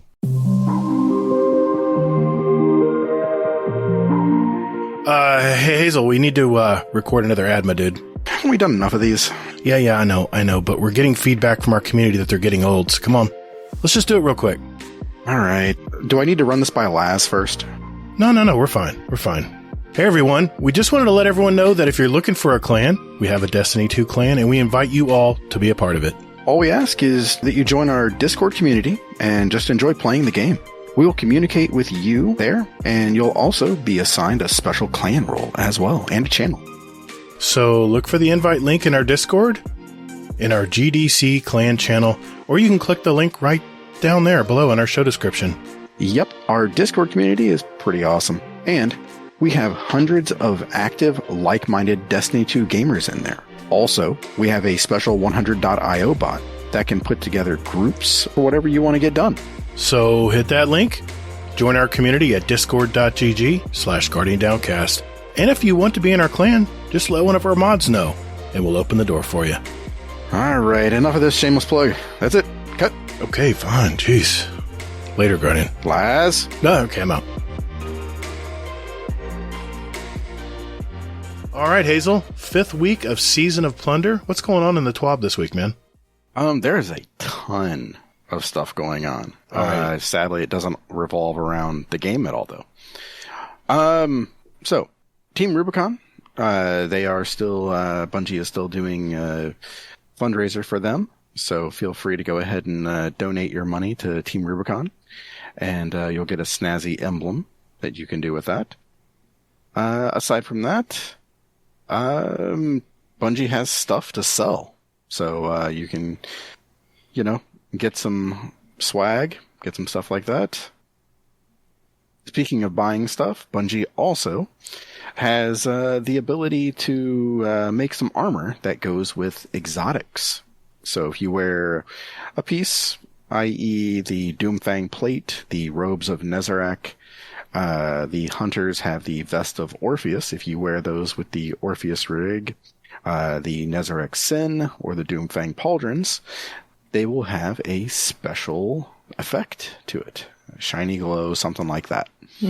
Aside from that, that is pretty much it, besides Shit's Broken, movies, and art. And then a little tease about next year, not next year, but next month, and the Halloween and the Season of the Lost, or Festival of the Lost. That's what they call it. Right. Yeah. Nice. And they did a community spotlight this week, and it was Kujay. Always liked that guy. Kujay. The Kansas Jayhawk. I liked him for a while, and then I listened to him in what was it? I want to say the Vow raid, the Mastercross, and I was like, yeah, I will just watch this guy's videos. I am not going to listen to this guy talk and he used to everything else. He's played some mad, or he probably still does, plays mad Trials games. He's really good, and he used to release those videos about his future ideas for Bungie, his speculation. I thought those were pretty cool. He put a lot of time and effort in those. Yeah, he really, really did. He made his own fragments and stuff like that. Right. Yeah, pretty cool stuff. Definitely. So there is one thing I did want to mention. So it appears there was some controversy this week. What? You guys hear about this? No. Yeah. So apparently, Bungie, so they released a Master Raid. Okay. And somehow, some way, you can have adept weapons and enhanced perks on them. They're craftable? Or they just came with enhanced? Well, no, they're craftable, so it's just kind of weird, but they're not good, basically, is what everybody's upset about. They think it might be a glitch that makes them craftable. Okay. Because they shouldn't be. When you say they're not good, the enhanced perks that they offer are no good, or they just everything? The gun's just not performing. Okay. Huh. Yeah, I didn't know that. I didn't hear about this. Yeah, people are trying to figure out, basically, is it worth it to do the raid on Master? Well, I've heard this controversy. You heard my opinion of the Master Raid last week. So, what do you think, Hawk? Okay, for me, since I am a try-hard hunter, for me, everything is loot-based. If the loot's not good, there's not really any point in doing it. True. Like fame and accolades is not necessarily enough for busting my tail for 4 to 5 hours trying to complete this activity, whenever all I'm going to get is just some meh stuff where I can go run the Castellum and get something that's 10 times better.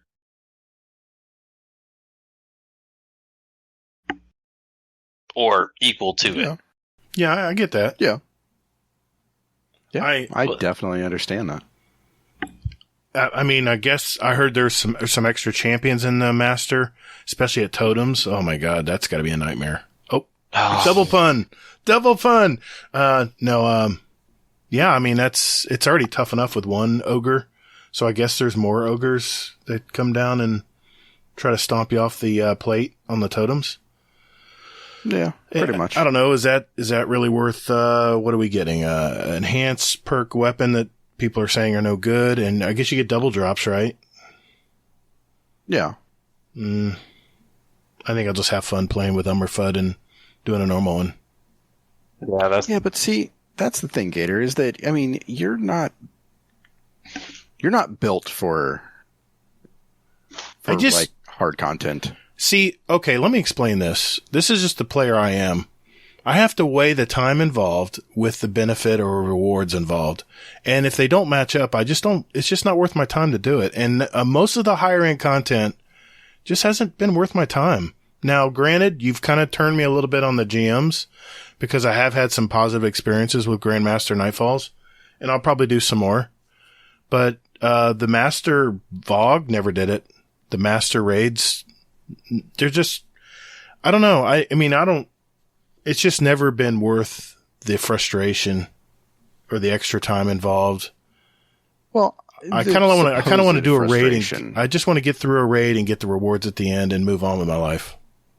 Yeah, the supposed frustration that you think is there. Yeah, I may be off base, but that's just my opinion. I mean, that's just the way I look at any encounters or any higher level activity. I just realized what else can I be doing with my time because this isn't required for me to fully enjoy the game.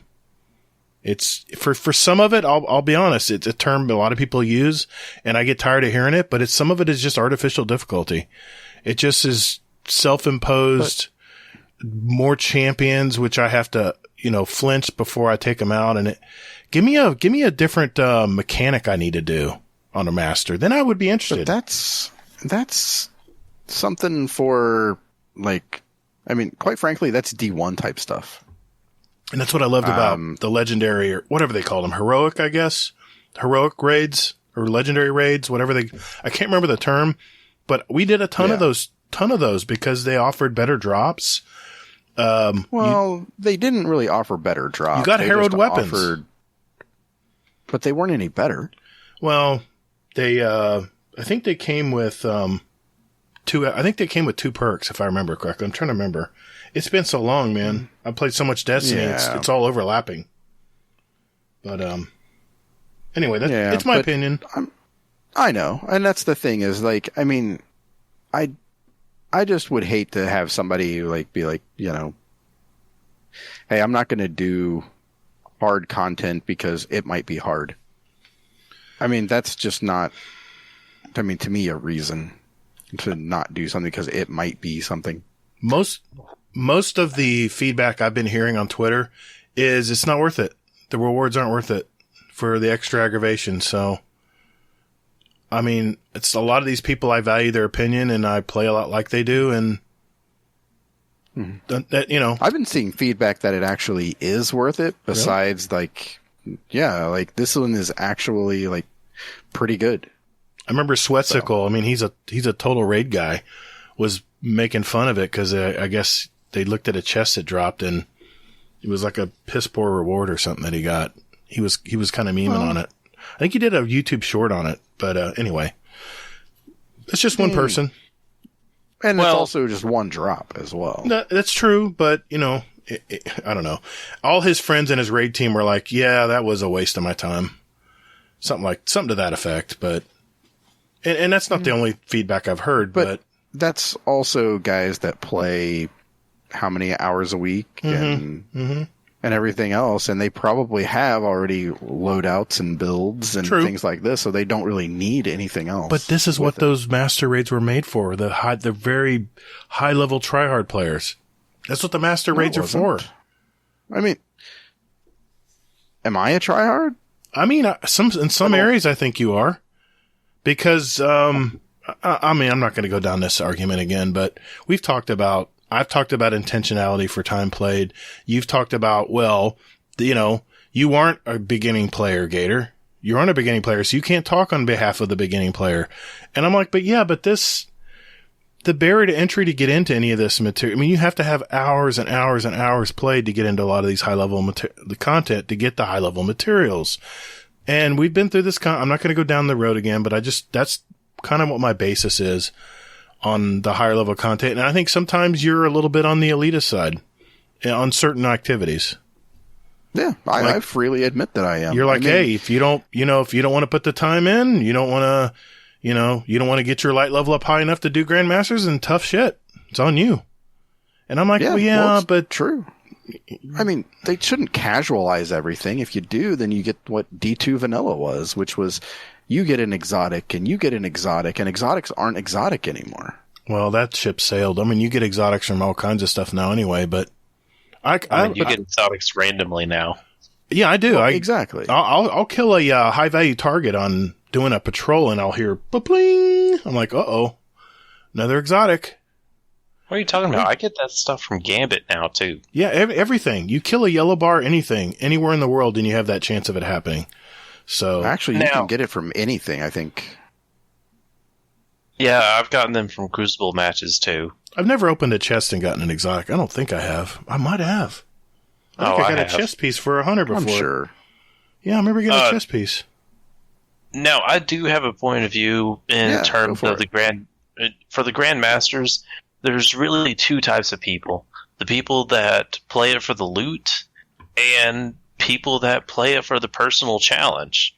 Because a lot of the times after you ran the normal raid so many times, you get to the point like, ooh, this is something new. Let me see if let me see if my squad can get this. Some people try to challenge themselves and try to push themselves to the extent of their gaming ability, and they get the satisfaction more from completing the event versus getting the loot.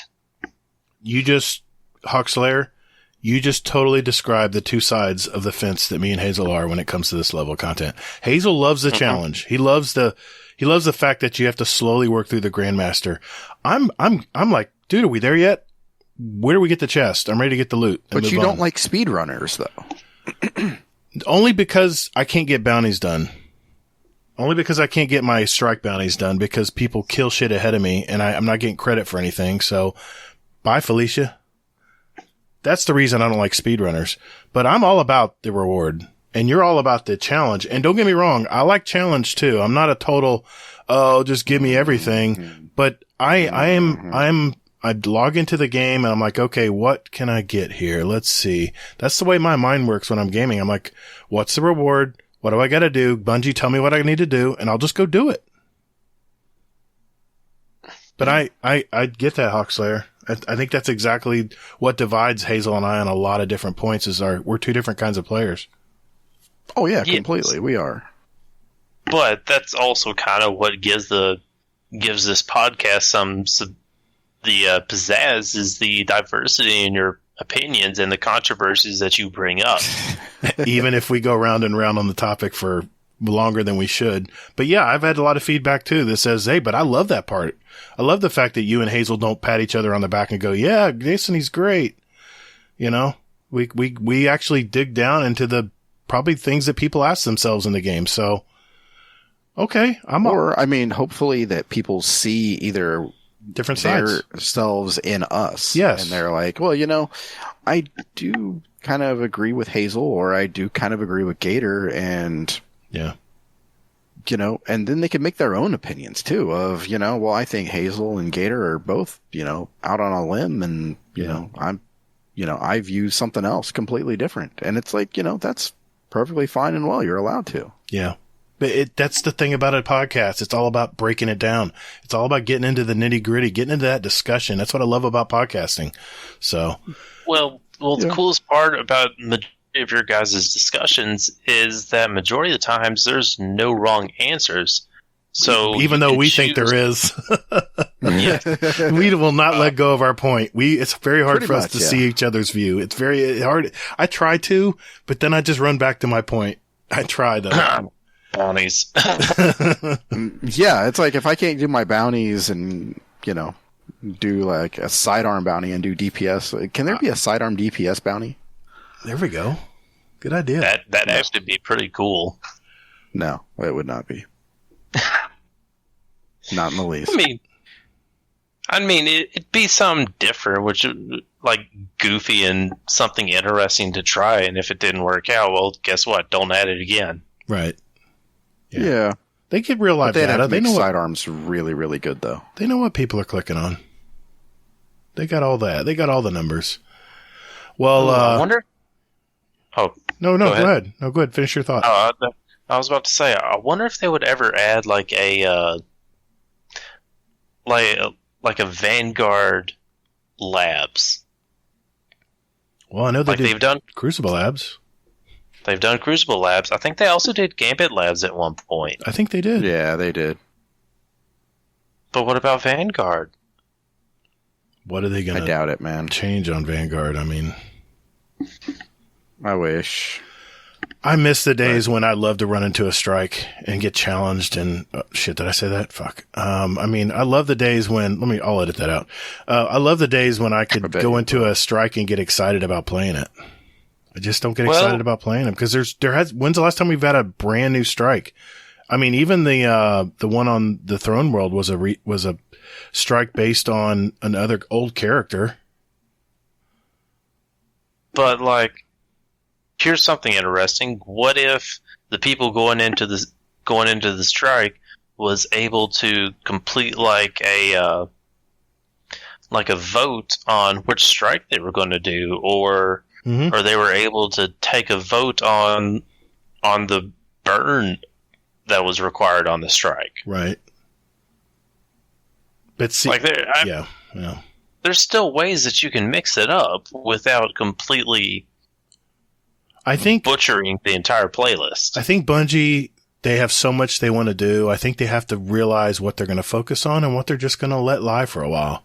I mean, God, look at Crucible. Yeah, you know what? I'm still waiting on the banana skin sword for Iron Banana. Yeah, I know. I hear you. They'll do it one day just to spite us. Yeah. Nice. Yeah. I mean, I don't know. But I do think you're right, Gator. I mean, I do have some elitist views that, the game should be, I mean... Can you say that closer to the mic, please? Oh, yeah. Yeah. I do have elitist views. 5%er. Pinky in the air. Yep. But to me, I loved it when Destiny hid like the max power cap behind like the raids. Yeah. So if you wanted to hit that, that's what you had to do. Yeah, when the boss killed you, it told you what power you needed to be at. Yeah, I remember that. Yeah. Or if it came up as question marks. Oof. Remember those days? Yeah, then you knew to run away. Yeah, your bullets are immune. Just turn around. Come back another day. I remember seeing those in the Cosmodrome in Destiny 1. Yeah, the knights down below. Yeah. Oh. Mm-hmm. Yep. They still do, by the way. I had a fresh account I tried. I went down there. I don't remember what light level I was. I was like 1370 or something. And it was like, nah, no dog. Go away. I was like, damn, it still works. It does. Adults only.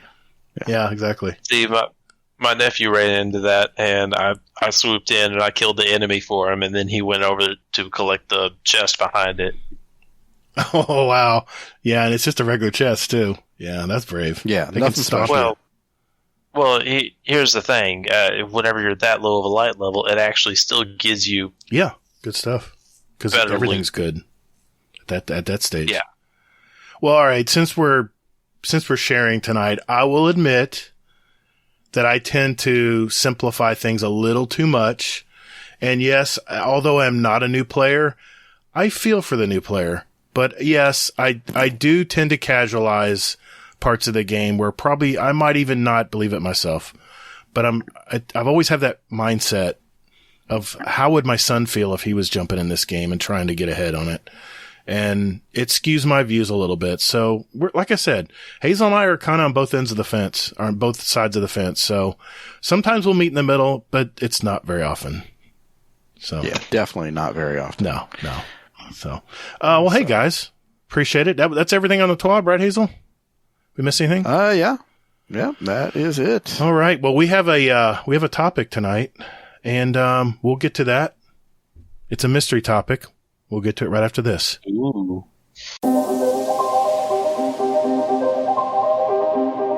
Hey, this is Mr. Monkey, not Killer Monkey, not Monocle Monkey, Mr. Monkey. Get your bounties done. You're listening to Guardian Downcast.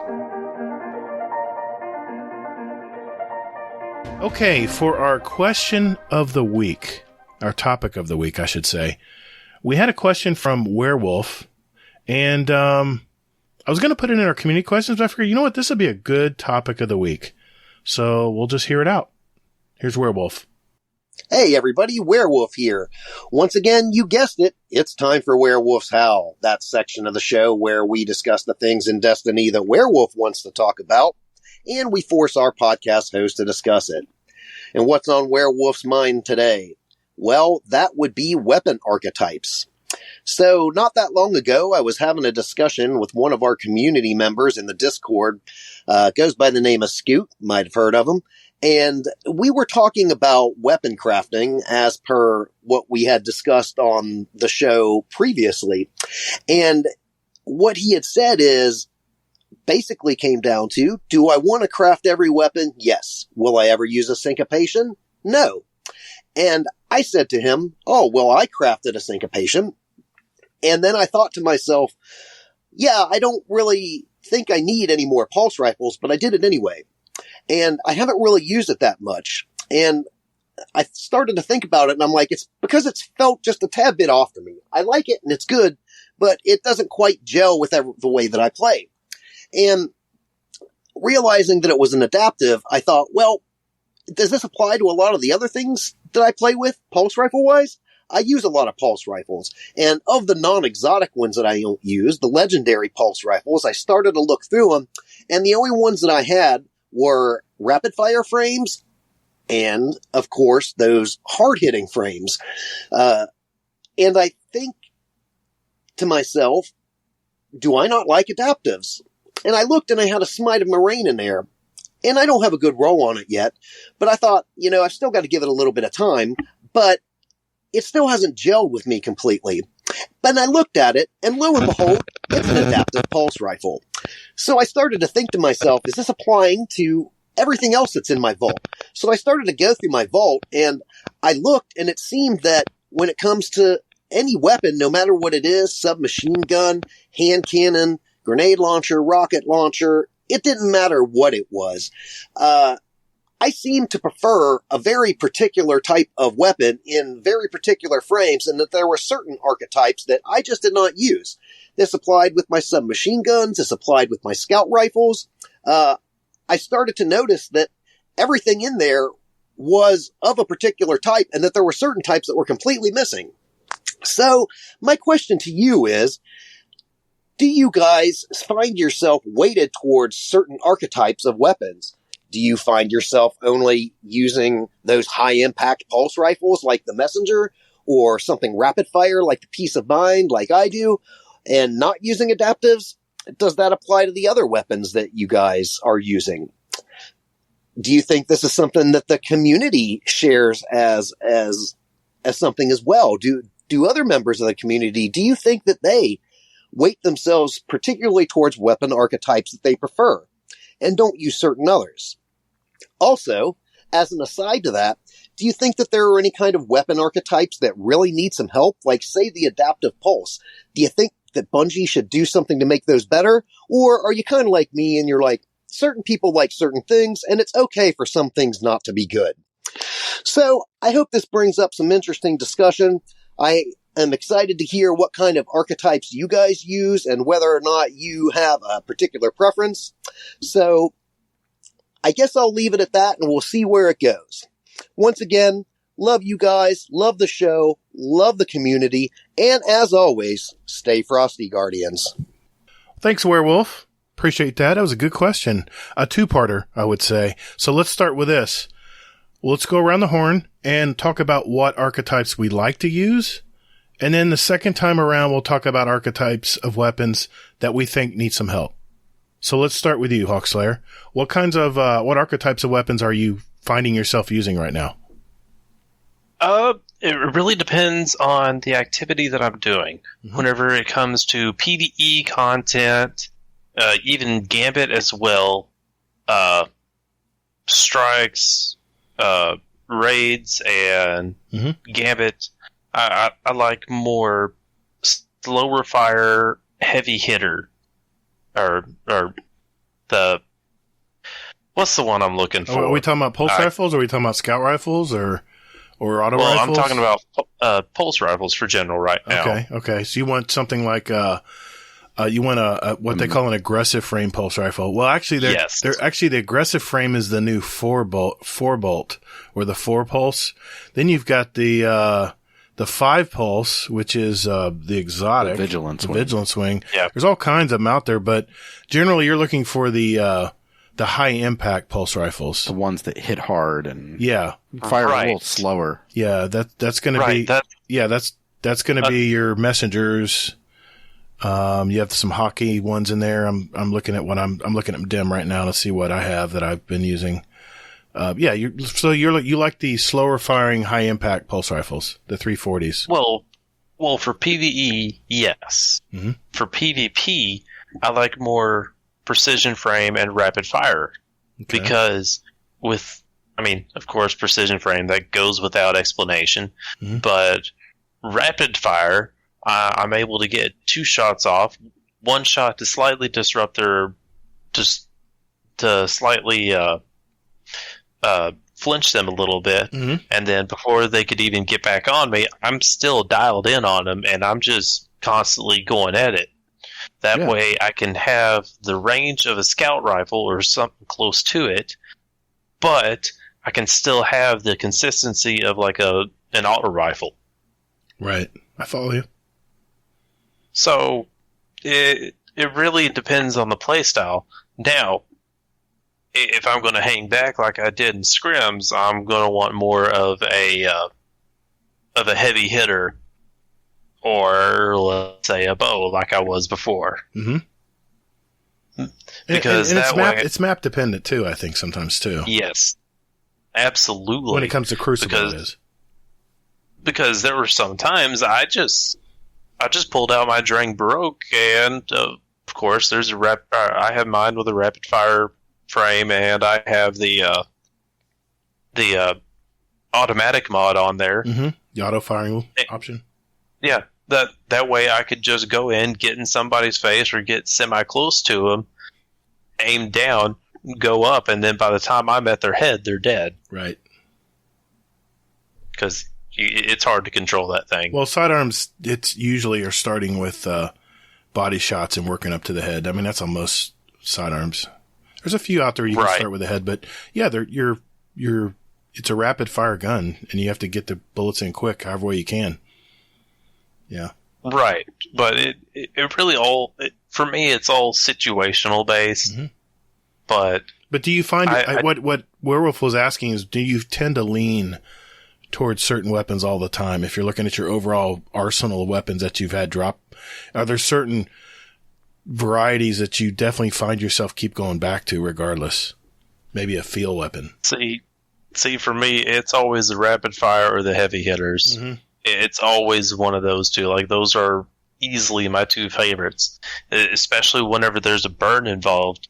Mm-hmm. If I'm able to take shots on one and I can do like a little bit of splash damage on the other, yes, that's what I want, especially whenever I'm trying to deal with ads in a raid or a dungeon or something like that. Right. The more damage I can do to surrounding enemies, hence the solar perks, incandescent or firefly. Right. I love those. Okay. Hazel, do you share this view, or do you have a different view? I have a different view, actually. So I'm okay, so when I first heard the question, my initial thought was, I use it all and everything else. Then I start looking over my loadouts and stuff like this, and I was like, I'm a damn liar. So for me, I'm all about the adaptives and lightweights, rapid fire, precision, I don't really go with the aggressive and stuff like that. And the big damage. And I think part of what it is because I don't like the time to kill on those. Mm. It just takes too long. You're a big user of syncopation, right? You got a crap ton of kills on that thing. Yeah, I do. I love the syncopation. So when he said that, I started laughing. I'm like, okay, to each their own, basically, exactly like he said. But it's one of those things where, I mean, it sort of lends itself to the hoarder mentality in this game, where it's just one nerf away from being pretty good. Yeah. Because you never know. I mean, because what was it they nerfed or they made a change of some sort, and it, like, for SMGs, it was camera shake. Right. And people were like, what the fuck is that going to do? That's not going to do anything. Yeah, it does. And I'll be damned since they made that change, I have used an SMG every season ever since. I do too. I didn't ever use SMGs. I'd always just have an auto rifle. It was just as good. But SMGs have definitely gotten more accurate, at least visually. Yeah, exactly. And I mean, it's just, everything that I use is lightweight frame or rapid fire, precision, adaptive, and I don't use any aggressive things at all. You? Yeah, this is a tough question for me because I do love to use a lot of stuff. I like to try stuff out a lot. But I like you said, I'm a damn liar because there's certain weapons that I like to use. Now, every weapon that I see here in PvE, I can use any of them and I'll have some success. That's the way I play the game. I mean, all I care about what's the burn on it, but I do have my favorites that I go to. But when it comes to PvP, it's all about the meta for me. It's all about what's going to kill the quickest and at the same time is the most forgiving weapon. And I have to tell you, if we're talking about pulse rifles here, for instance, the high impact that you said you liked, Hawkslay3r, when you're playing PvP, yes, if you miss that headshot, you're going to get punished because your fire rate is so slow. You have to make all three of those bullets hit right on the money. You have to get that initial headshot. That's very important if you're going to get the time to kill correctly. You can get more body shots on the follow-up, but you have to really be accurate on that first shot. For people who are very accurate playing PvP, then I would say the messenger is probably very strong. And when I play trials, I still see him using it today. Now, I enjoy the peace of mind, like Werewolf said. I like the fast firing pulse rifles because I want to be able to compete with the hand cannons. And granted, your fast firing pulse rifles don't have the range that the high impacts do. I think it's about 10 difference. Don't quote me on that. 10 meters. You can feel the difference. Let's put it that way. If I'm using a legal action, which is a Haka, high impact 340, it has incredible range, more than really that it shows. And I think it has more range than the messenger does. I've tested it. At least it feels like it does. Now with a fast firing pulse, it's all about getting not so much accuracy, but getting the flinch, getting the bullets on the combatant first. Because once you get them flinched, then whether they're sniping you or they're using a hand cannon, hand cannons are firing one at a time. If you can get those shots on quicker than they can get the shot on you with a hand cannon, then you have a high percentage that you're going to win that battle. Everything I look at when it comes to weapons is all based on PvP for me. Because I can use anything on PvE. And I do relish all the different kinds of weapons and different looking weapons as well. And it's probably why I'm so crazy and I want to craft everything, even the hand cannons, which I'll never use. But just to say that it'll be the last on my list. Okay, let's just say that. But I probably will craft the hand cannons too, just in case I want that perfectly rolled hand cannon one day and everyone wants to use it, like in scrims one night or something. So for me, I can see why Hazel likes the syncopation because it's a very forgiving weapon. It's very accurate, has very low recoil. But in the Crucible right now, 390s are not strong. So I shy away, and I haven't used my syncopation for a while. But I can remember the days when I still have my Bygone here, which is exactly the same weapon. It's a 390.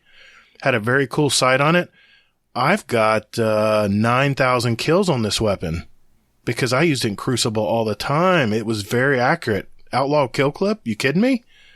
So I'll never get rid of that weapon because I had such good memories using it. But it was the meta back when that weapon was released. It was the meta. 390 pulse rifles were the bomb, but they aren't a bomb now. They're not that great. So I go to what works in the Crucible. That's what I tend to lean to. All right. Now the second part of the question is we'll go around the horn here. What needs help? What do you think needs help in the Crucible? Or, I'm sorry, in anything in the game? Hawk? Okay.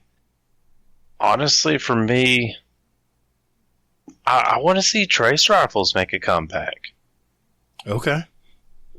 I I mean, that answer. Just because I don't see them very often. Yes, I saw it, or I saw somebody using a trace rifle in scrims, but in scrims you just trial and error. If you're getting your butt whipped, then time to start making some Hail Marys here. Mm-hmm. Yeah. Well, I mean, that was just Monkey. He was just screwing around. That's basically his thing. Mm-hmm. Yeah, that's true, but in any activity that you see, you don't really see that many trace rifles. Well, everything is true. Monkey is a type of player. He's so good at Crucible. He'll try stuff that's off meta just to prove that he can kill you with it too. And he's just a good player, and that's just what he likes to do. But for a lot of people, we need all the help we can get. So I see where he's coming from, using line rifles, which aren't very strong right now. Trace rifles? I mean, I don't know. I keep saying that. Trace rifles. Sorry. Go ahead, Hawk. But I mean, you see what I mean. Like, nobody uses trace rifles anymore. And, God, I kind of wish that, well, granted, everybody has their weapon type that they would love to see nerfed. Mm-hmm. But here's the thing. Ultimately, it all boils down to the player's skill and reaction time. Right. And also overall strategy. I mean, there's so many elements that come into this game. Right. Every time I hear somebody complaining, me included myself, they're complaining that something was changed to fit what I am lacking or what I am not as good at. Right. So with that right there, that just tells me, hey, that's just something I need to work on. Mm-hmm. Or something I need to practice with. So maybe we need to be more like Monkey, right? Start trying stuff that's off meta to get good at using it. Well, whenever I'm playing Control or Elimination or something like that, and I have something that's just not working, well, I'll just start going down my loadout, like during scrims. Okay, I don't normally use bows in Destiny much anymore. Mm-hmm. I tried using Tikus, but I couldn't get consistent shots on any of the teams that I was playing against because they kept team shooting and rotating. Whenever one person would get hit, they'd back off, then the next person would come out, I shoot them. Right. But then I couldn't get that chain hit that I needed to. Right. The only way that I could actually get some decent kills was Le Monarch. Hey, I know I got you a couple times, Gator. Damage over time, baby. Oh, yeah. I can get behind cover, but if I'm getting damaged over time, it doesn't matter. If you got the shots in. Nope. Yeah. Nope. I mean, but that's a great thing about Destiny. There's so many different weapons out there, and you want to just grab one every day and just try it. But we never do. We always tend to go back to the ones that feel comfortable for us. I don't right. know. Yeah, of course. I mean, come on. We have so many weapons in our vault. Probably too many. How many of those you haven't touched since you put it in your vault? 90%? No, for me it's a lower number than that. I would say of all the weapons in my vault, I've used at least all of them once. And I would say as far as maybe let's say 100 kills on it being moderately used. Probably 60%. I've moderately used them, 100 kills at least.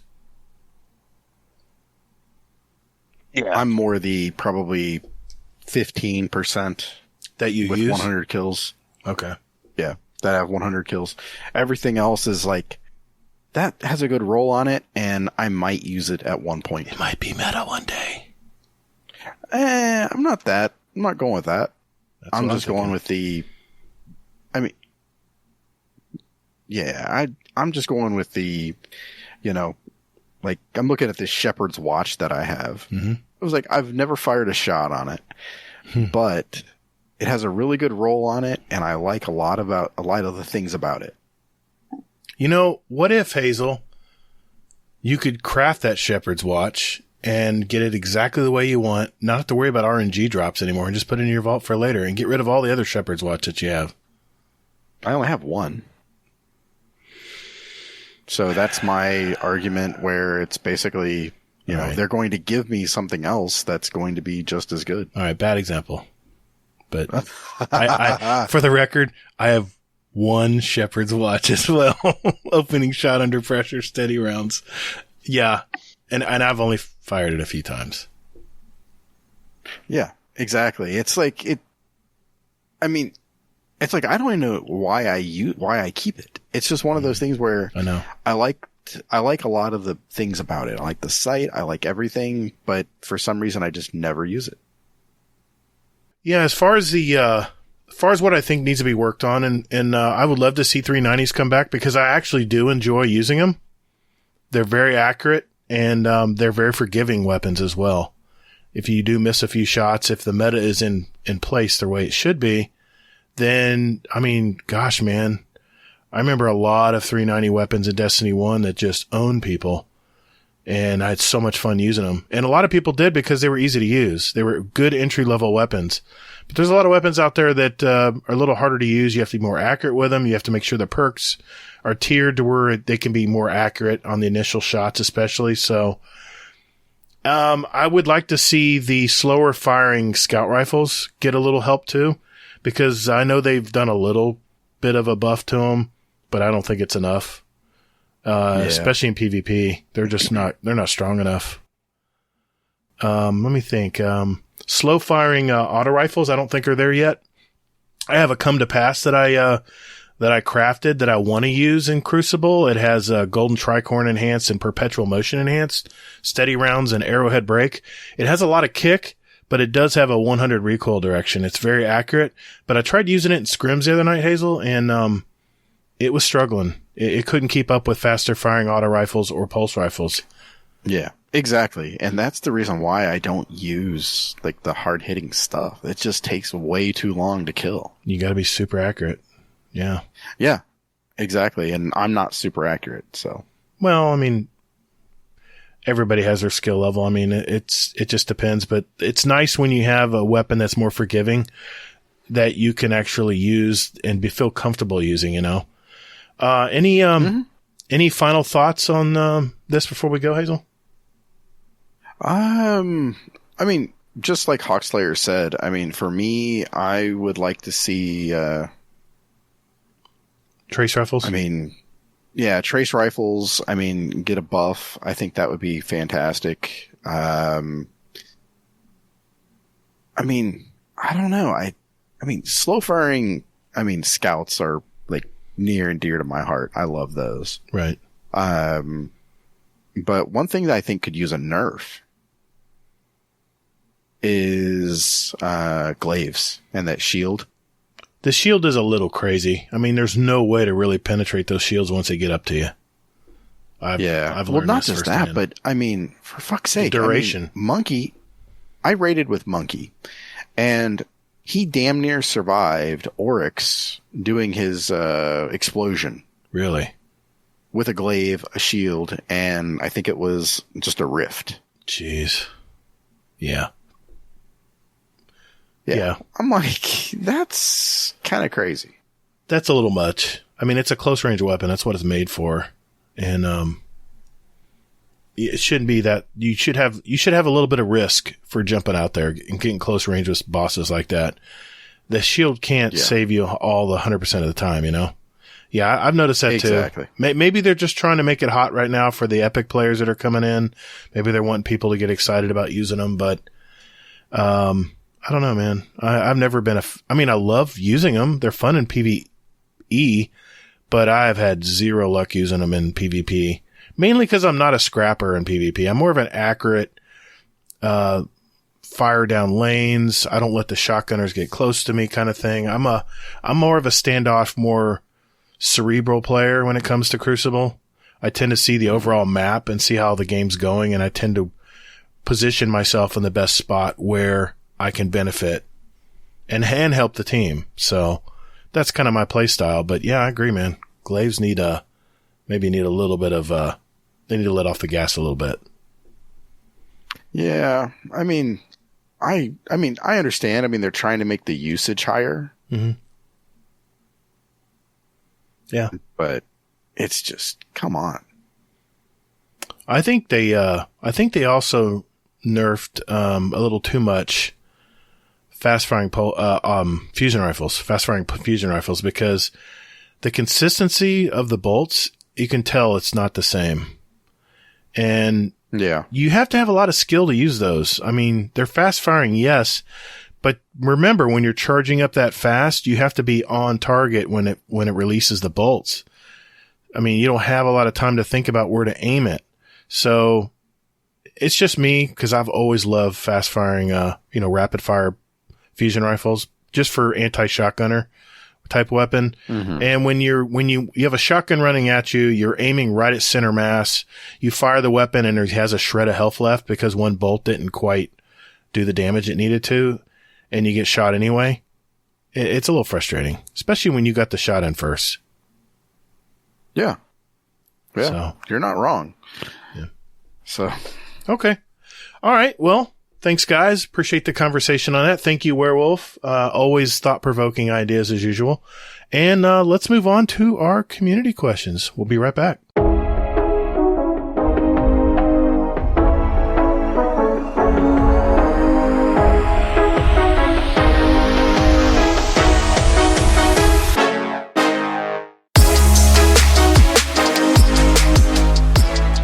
Hey, Guardians. Would you like to send a question for the show to us? There are 4 easy ways to do it. First, join our Discord server. There's a join link in our show notes. We have some great gamers in there, and you can just lurk or hang out and jump right in and talk to us, whatever you'd like to do. There's also a channel labeled Podcast Questions where you can type in your question for the show. You can also email us at guardiandowncast@gmail.com. Or we also occasionally tweet about our upcoming show and guest, and you can respond there with your question at Guardian_D_cast is our Twitter handle. Finally, you can send us a voicemail with your questions at speakpipe.com/GuardianDowncast, all one word, and we'll play it live on the show. Thanks to all of you out there who do listen to our show. And Toddles. And later, Guardian. Hey, man. That's my line. What? Yeah. Says who? It's in the script. It's my line.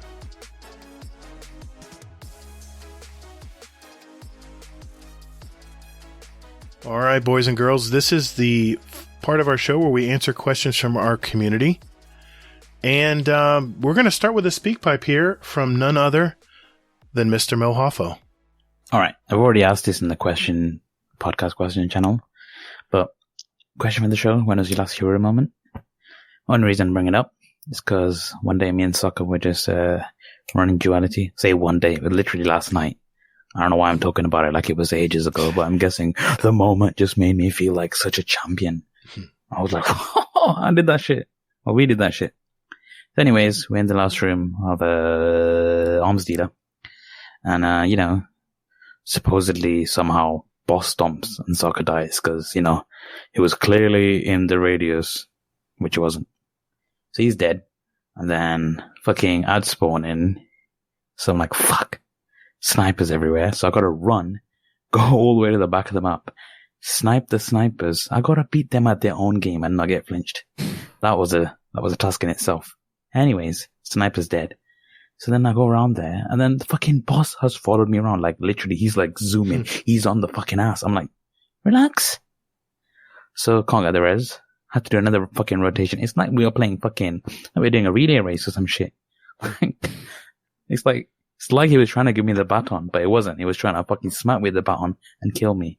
So I had to do another fucking lap until I can get the res up. No, wait, did I even get the res? I didn't even get the res up. I looked at his health. And he's like, oh, well, he's killable. Hit a few body shots and then got a few headshots and he died. And I was like, oh, thank God. Not bad for a 2-man GM. But, sheesh. Why you gotta give me a heart attack for no reason? Like, nobody asked for it. There was just no need. Alright? Brackus is on with your chartreuse armor. Fuck off. But it was a nice moment. So I guess I just wanted to know. You guys had any nice hero moments lately? Could be like for anything. Soloing, I don't know, a fucking strike. Or soloing a fucking bounty. Just go crazy, I suppose. Go Right, crazy. We'll go crazy. All right. Thanks, Mo. Good to hear from you, That's buddy. awesome. Hero moments, Hazel. You got one? I have the opposite of a hero moment. Oh, I got plenty and of a those. hero moment. Okay, go for it. So, was doing the raid with Fudd and Potato Thumbs and Kingsley Mhm. and yourself, and I was running div on the War Priest, and I was the last one to get the buff, and I completely spaced on the timer. And he had maybe we were like in the last third of his health too. Oh, no. And I just spaced on counting. And I hear Nips go, time? And I'm like, oh, well, I know he's not talking to me because I'm just on div. Uh-huh. And he's like, time? Nothing. Well, he's like, taking it? So he took it from me. And Right. then we were like, we still would have needed to probably do another phase, even if I would have been paying attention. But he's like, yeah. He's like, I don't know how. He's like, I'm glad I grabbed it when I did. And we were all like, yeah. He's like, hey, who had it anyway? And everybody's like, you. I remember that. I was there. So Nips had the hero moment because he saved the raid. Right. From my dunce ass. Man, hero moments. I mean, I'm sure I've had several in Destiny 2. I mean, who can forget playing King's Fall in Destiny 1 where we'd be phasing, we'd be doing DPS to, I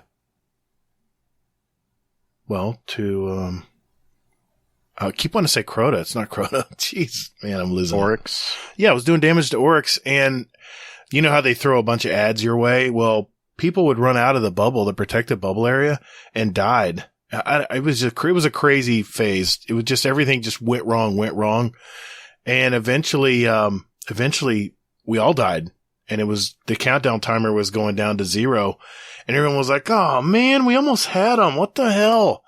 Well, good old Gator pops his radiance. He said, "Don't worry, guys, I got this," and got everyone up. Back then, we didn't have tokens.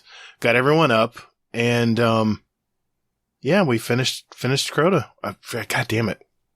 Yeah, we had tokens. Do we have tokens in this? I don't think we had tokens. No, Yeah. they added Yeah, there were tokens. limited revives. They did it later in Destiny, but they didn't do it at the beginning. They had it where they were. I think you had unlimited revives. You did in the first part of Destiny. Well, then what I did is I revived someone and then everyone chain revived everyone else because we were going on a flawless run.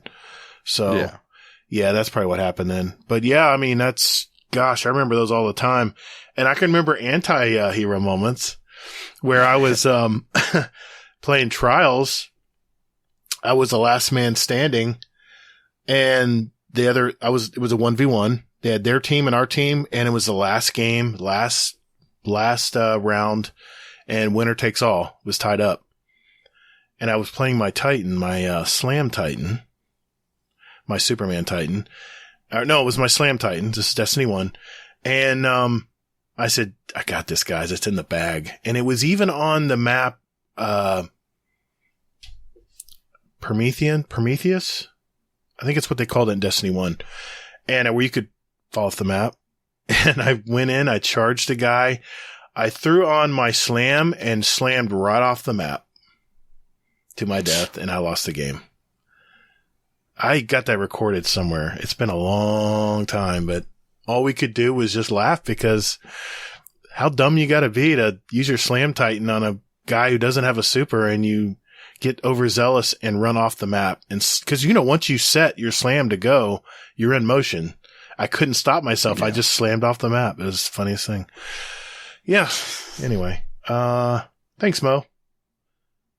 You want to grab one out of the Discord? Yeah. Let's mix There's it up. A couple of them, actually, that were really, really good. I mean, a lot of them are good. Right. But we're on limited time, so we'll do as best we can. Here we go. Oh, Fate Returns, buddy. We need a whole episode about that. So I see you, but we're not asking that one. Okay. So average D2 player. Okay. He asks, do we think that all raids and dungeons should be farmable regardless if they are the weekly rotation or not?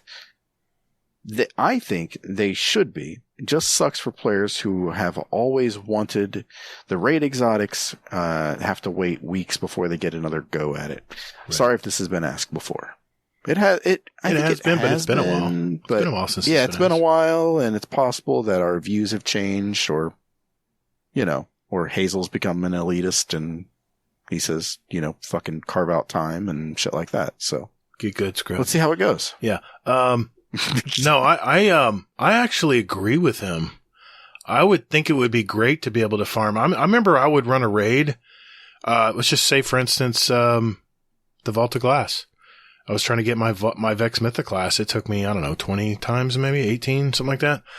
And, it would have been great it'd be great not to have to worry about grabbing cap points with an alternate character, Be nice if we could just freely just run it and then just come back and run it again, be done with it.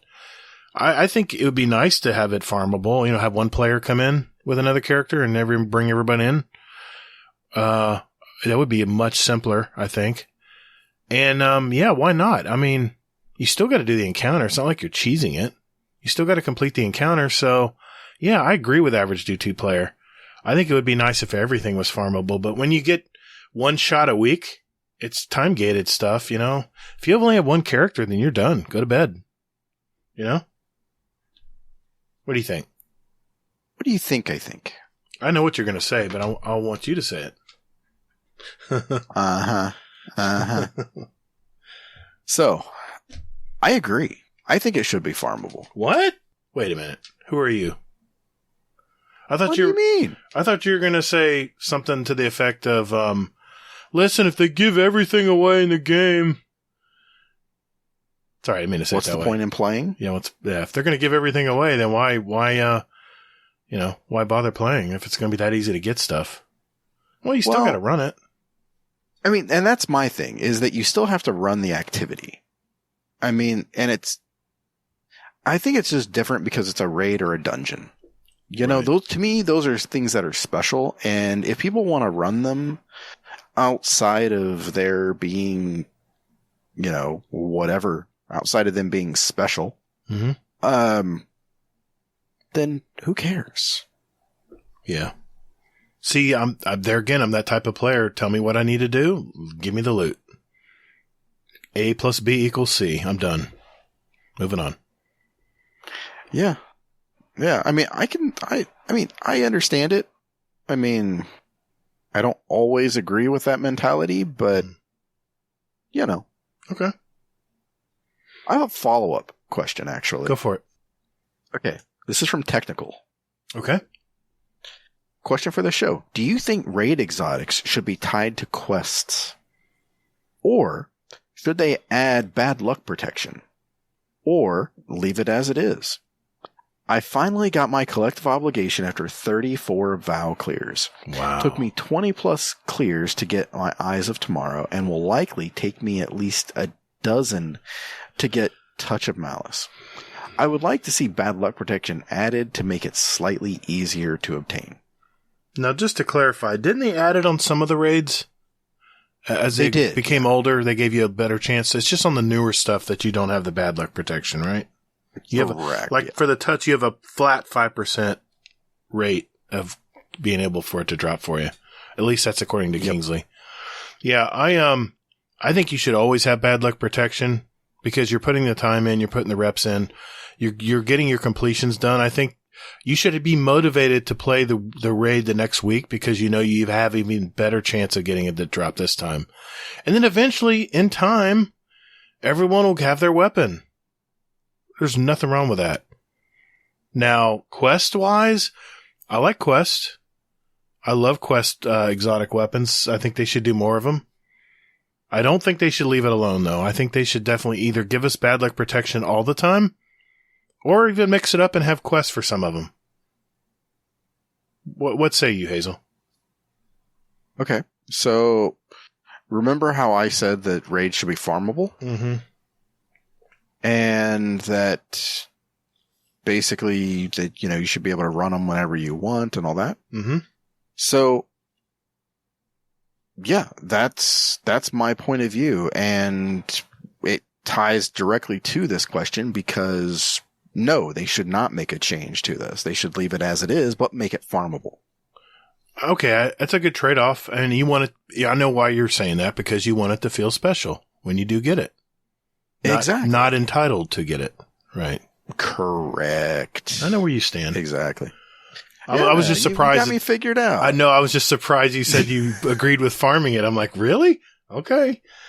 Because you said, well, if everyone farms it and gets it done the first week, then it's not special. That's what that was my reasoning why I thought you would go the other way on that, but okay. Yeah. That's a good trade-off. I would accept that trade if it is farmable. You don't have to, that's a good compromise. Same chance of it dropping, but you can run it over and over if you want. Yeah, exactly. Imagine that, people would grind it. Mm-hmm. Running it 3-4 times a day, maybe something like that. Well, running it 30 times doesn't feel so bad when you're doing it after one, after the other, after the other, after another, because you got the rate in your mind. You've got it down. You've got the repetition in. It comes easy to you versus having to remember everything the next week when you have to reset your character. I mean, it still sucks to not get it. I'll be brutally honest. It's disheartening. But in regard to, bad luck protection, it just seems very, I don't know. It's like how I, knocked you for the casualization of the game. It's like, it sucks, but here, we're going to give it to you. And I say that as somebody who doesn't have 1,000 voices, collective obligation, or touch of malice. Right. And it's mainly, being brutally honest, one, I don't really mind if I ever get collective obligation, because if I did get it, it's sure, whatever. One, it's just not that good for me right now. It's a beautiful gun, but I still am having a hard time figuring it out. It's the most complicated gun to proc. It's just complicated. It's very ambiguous. I think everybody's having trouble with that, yeah. Mm-hmm. 1,000 voices, I don't have that because, quite frankly, I've never really sat down and actually, tried to raid that raid. Yeah, I've only got a few clears on it. And if it didn't drop early for me, I probably would have played it more too, but... exactly. So when you got it, you're like, yeah, I really don't need to do this anymore. Yeah. So no, I get it completely. Okay. And then Touch of Malice, I want it, but it's not the end all be all for me. You know, I'll probably get Touch of Malice before I get any of the others, though. I will append my answer to that question. I will say, I think after 10 runs, I think you should start getting, regardless, I think you should start getting a bad luck protection, because 10 runs is a lot of runs. Second, I think if someone already gets the drop, they should be taken out of the drawing.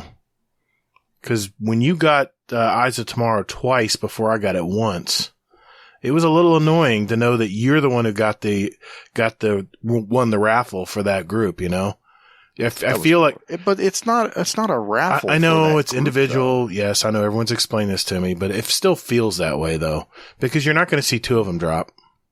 No. I've seen 2 drop. It's rare, but not it usually. Is. Not usually. So I would like to see a knockout system where someone gets the Touch of Malice, then they're not going to get it anymore. They already got it. So why flaunt that in front of people who have been running it 30 times to get it, you know? Just, it's a little disheartening. And that's just common sense. I don't know. Why should someone get it again and dismantle it right in front of you? I still remember when you did that. I mean, that's just fun. Yeah. All right. I know we're short on time. I want to at least get some speak pipes in here. Yeah. We have one from, speaking of trace rifles, we got one from Moose. Question for the show. Here we go. Howdy, y'all. It's your favorite cold weather cowboy Moose. I'm back again with another question and speak pipe on exotics. So I love exotic trace rifles, and with all the drama and news on Divinity recently, I figured I'd propose a question on the other trace rifles that are exotic. I'm not including the legendary ones, as from how I understand it, they seem fine at the moment. I could be wrong. I don't have them. But I was thinking, like, change and or buff the other exotic trace rifles to be closer to Divinity's power level. Well, I'm not going to touch on Divinity, as that has had enough discussion, I feel, recently.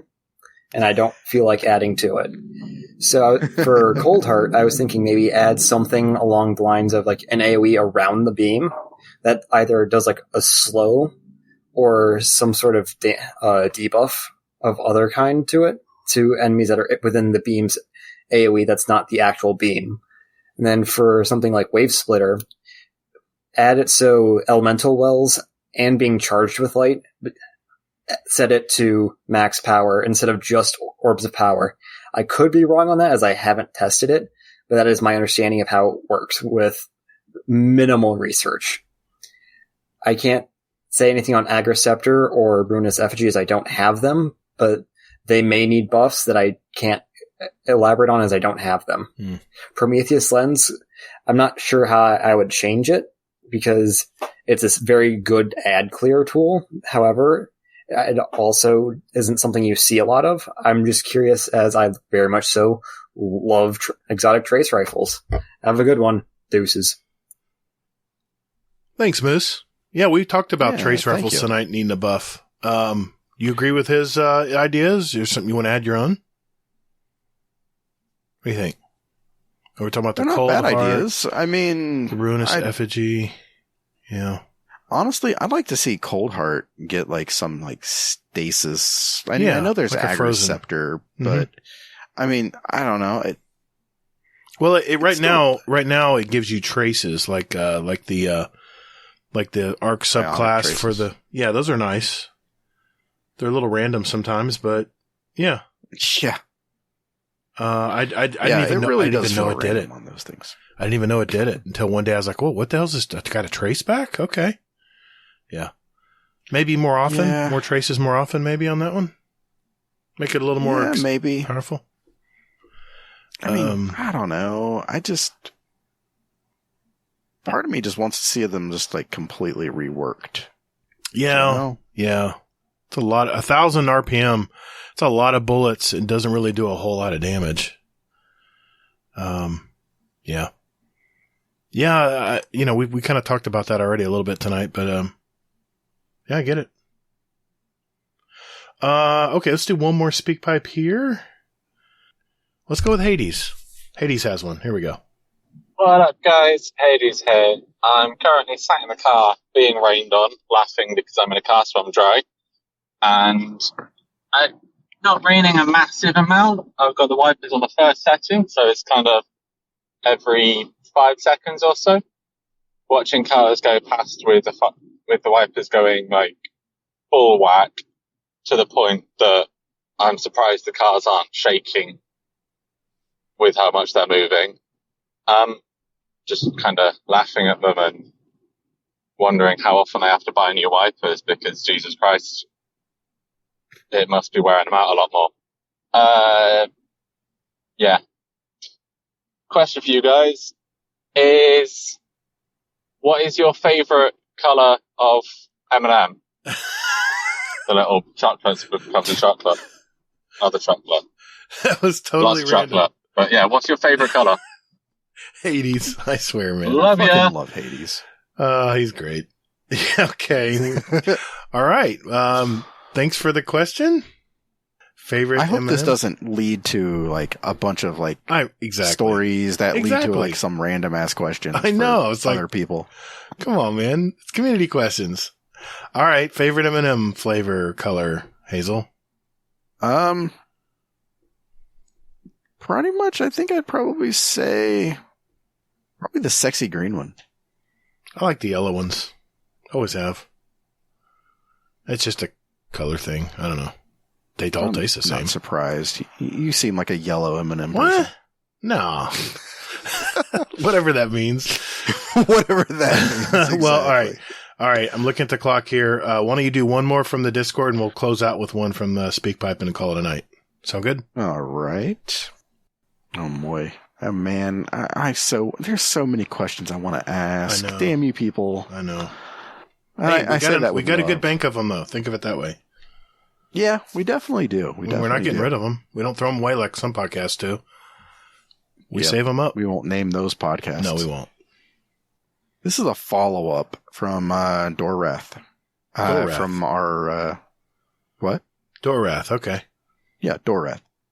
Yeah, it's a follow-up to our div conversation. Question for the show. What is at Hazelnut drinking? And can he share it as I want some? Div is not a necessity. Vow is only, Vow, it's only really needed at Rolk. And Kingsfall, it's only needed, quote unquote, and quote unquote for, Rolk as well, at War Priest. And you can still do it without it even then. Do you really want to go back to typecasting that went on in raids before Vow, where you were a warlock and you were required to run Well and Lunafactions, Titan Bubble, Hunter Tether? Yes, people in LFG groups, bring div, mainly because LFG takes the path of least resistance like they have since Destiny Greystar consoles, but again, it's not a necessity. I'd also say that the nerf div must also come with a nerf to boss flinch. I'll argue that it's not a div issue, it's more of a raid design issue. Edited. Sorry if this come across rude, my thoughts and mouth don't always cooperate. So, basically, assuming that there was a nerf to div, what should happen? Should we go back to typecasting where it's Well and Titan Bubble, Lunafaction boots, things like that? That's what I was forced to wear the other night. My Well and Lunafaction boots. When I heard that, I was like, Kingsley told me to put those on. Sorry, I know you're trying to cough. So I was typecasted. You're a warlock, put your Lunafaction boots and put your Well on. Well, I mean, oh my God. what makes fucking dying? I have to ask, what makes Divinity exotic if you take that away? I mean, isn't that why it's exotic? Is because it does the debuff and creates the crit spot, the crit spot a little larger for everyone? I gotta admit, it's a nice little thing to have because I don't know about you, but the War Priest, you try shooting the War Priest in the head, damn thing keeps going back and forth like a typewriter. I'm like, would you stay still, please? I'm like, I'm trying to reach around and get a headshot around these frickin' columns that he keeps walking behind. And I gotta admit, having Divinity and having that giant crit spot is really nice to do. And if you nerf that, then it'll just be a gun no one uses anymore. It'll be throwaway.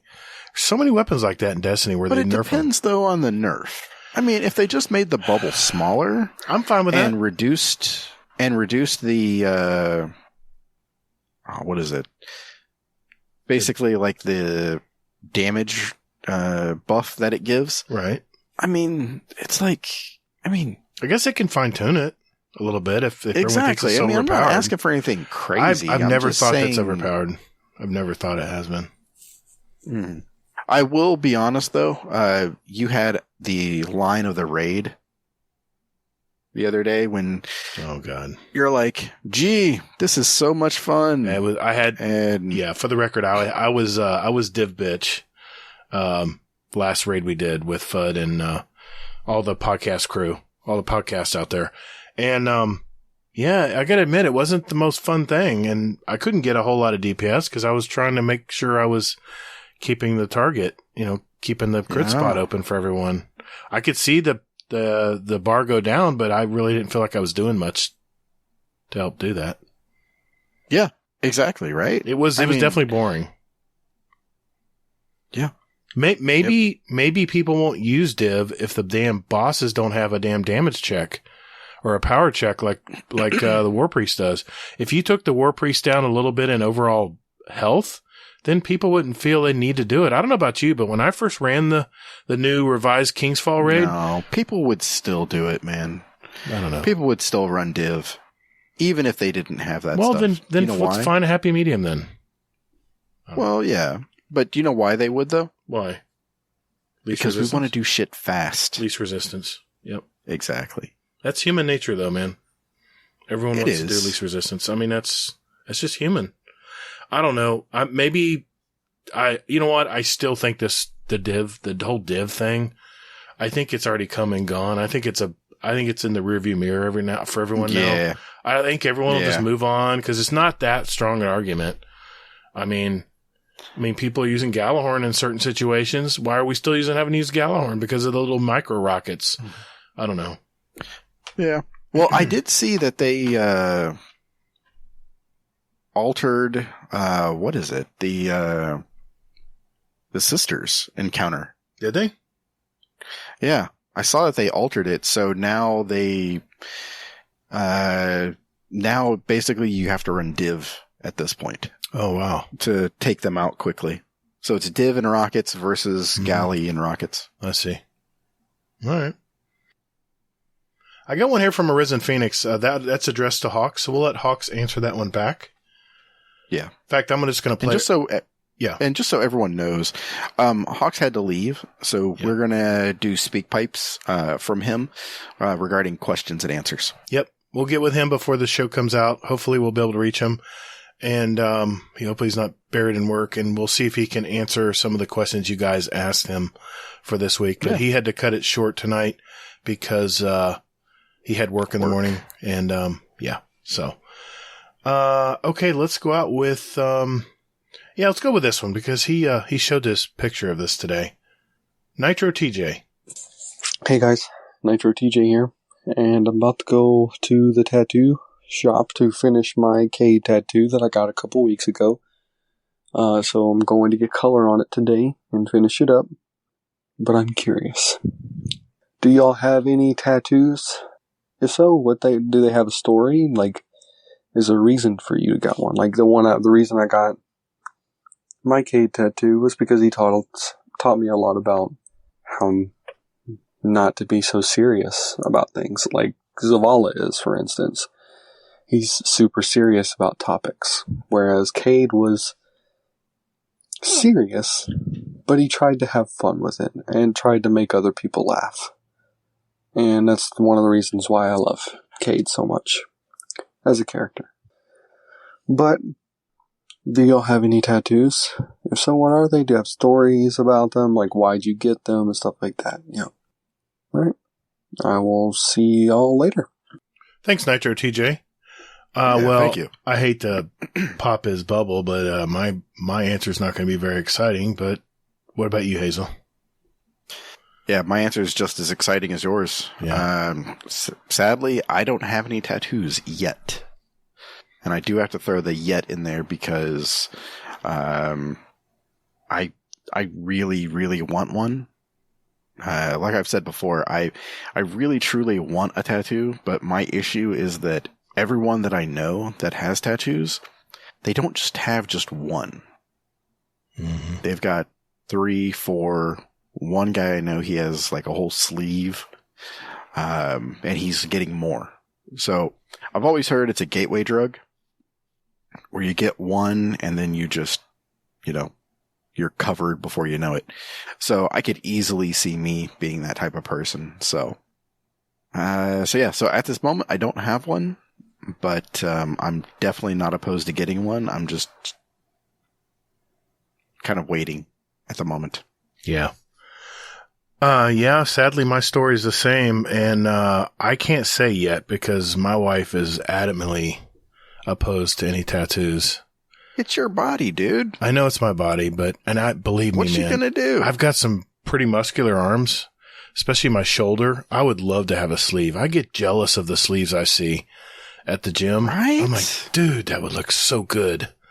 I could think of all kinds of ways I could do it. I would probably, if I was to do a sleeve, it would be multiple things, of course. But one of the things I would probably have to do is, somewhere in there would have to be a Destiny tricorn. Because, I mean, that's even in our title of our show. It's kind of goes with our artwork on our show as well. And, somewhere there would have to be a Bungie tricorn in there for Destiny. Just for memories, all the great memories I've had playing this game. And yeah, I'm totally jealous. I'd really love to have a tattoo. A sleeve, actually. I know it's very expensive to do a sleeve, especially high detail stuff. I have a lot of friends who have some sleeves, and they look really good. Hell, I have a cousin who is an artist. She's actually married, lead singer. Yeah. Yeah, I've told you about that. Trivium. Yeah, Trivium. Anyway, Matt. And his wife Ashley has a full, beautiful sleeve of flowers on her arm, and it looks so good. I see it on Instagram. She posts a lot of stuff on Instagram and stuff, and it's so beautiful. And if it's done right, and it's done really well, it really looks good. But I'm curious how these tattoos would look, say, 25 years from now on her arm. I'm just curious how it would look. That's what everybody says. Mm-hmm. They're like, oh, it'll look bad when the ink like fades over time. 70. Because you lose skin over time, so I would wonder if the color would stay vibrant. It's like, come on. Who cares? I'll probably never get a tattoo because I want to stay married. But I'm not really a big needles fan either, but I would go through the pain of it to get a really cool sleeve. But I mean, we're talking lots of money to do that. But I would like to do it though. I see a lot of friends that have it. Anyway, that's my answer. Okay. Well, hey everyone. We had to cut our show a little short tonight. We just have run out of time. And we have obligations we got to take care of. So if we did not get to your question, don't worry. It's not going anywhere. It'll be here for next week. And I believe we have Mr. Cato on next week. And remember, we have our drawings next week for our question of the month. We do have some speak pipes starting to pile up.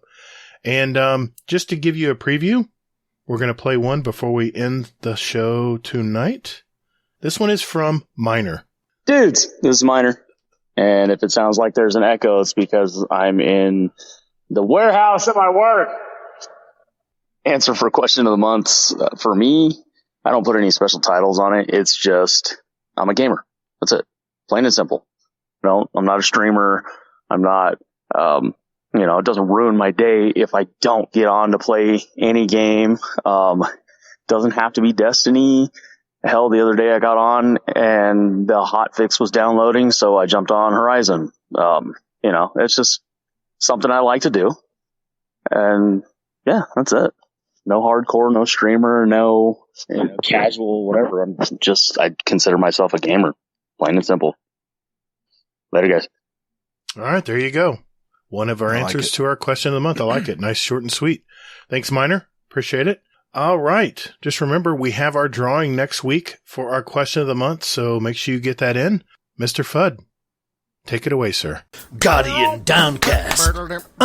Guardian Downcast. Yeah. Guardian Downcast. This is an intro. Guardian Downcast. Guardian. Not copyright. Guardian Downcast. All right. Thank you, Mr. Fudd. This is the final segment of our show. This is where we pick our songs for our award-winning Guardian Downcast show playlist. This is a sample of what the two of us and our guest here want to listen to and like to listen to, and we invite you to follow along and listen to it as well. Just search for Guardian Downcast show playlist on Spotify, not the podcast. This is a podcast playlist. We have it on iTunes. I'm sorry. We have it on Apple Music as well for all you Apple folks out there. I'll post the links, of course, in our show notes right down there below the description. We now have 1,053 songs representing all of us and all of our past guests from when we started this podcast back in July of 2019.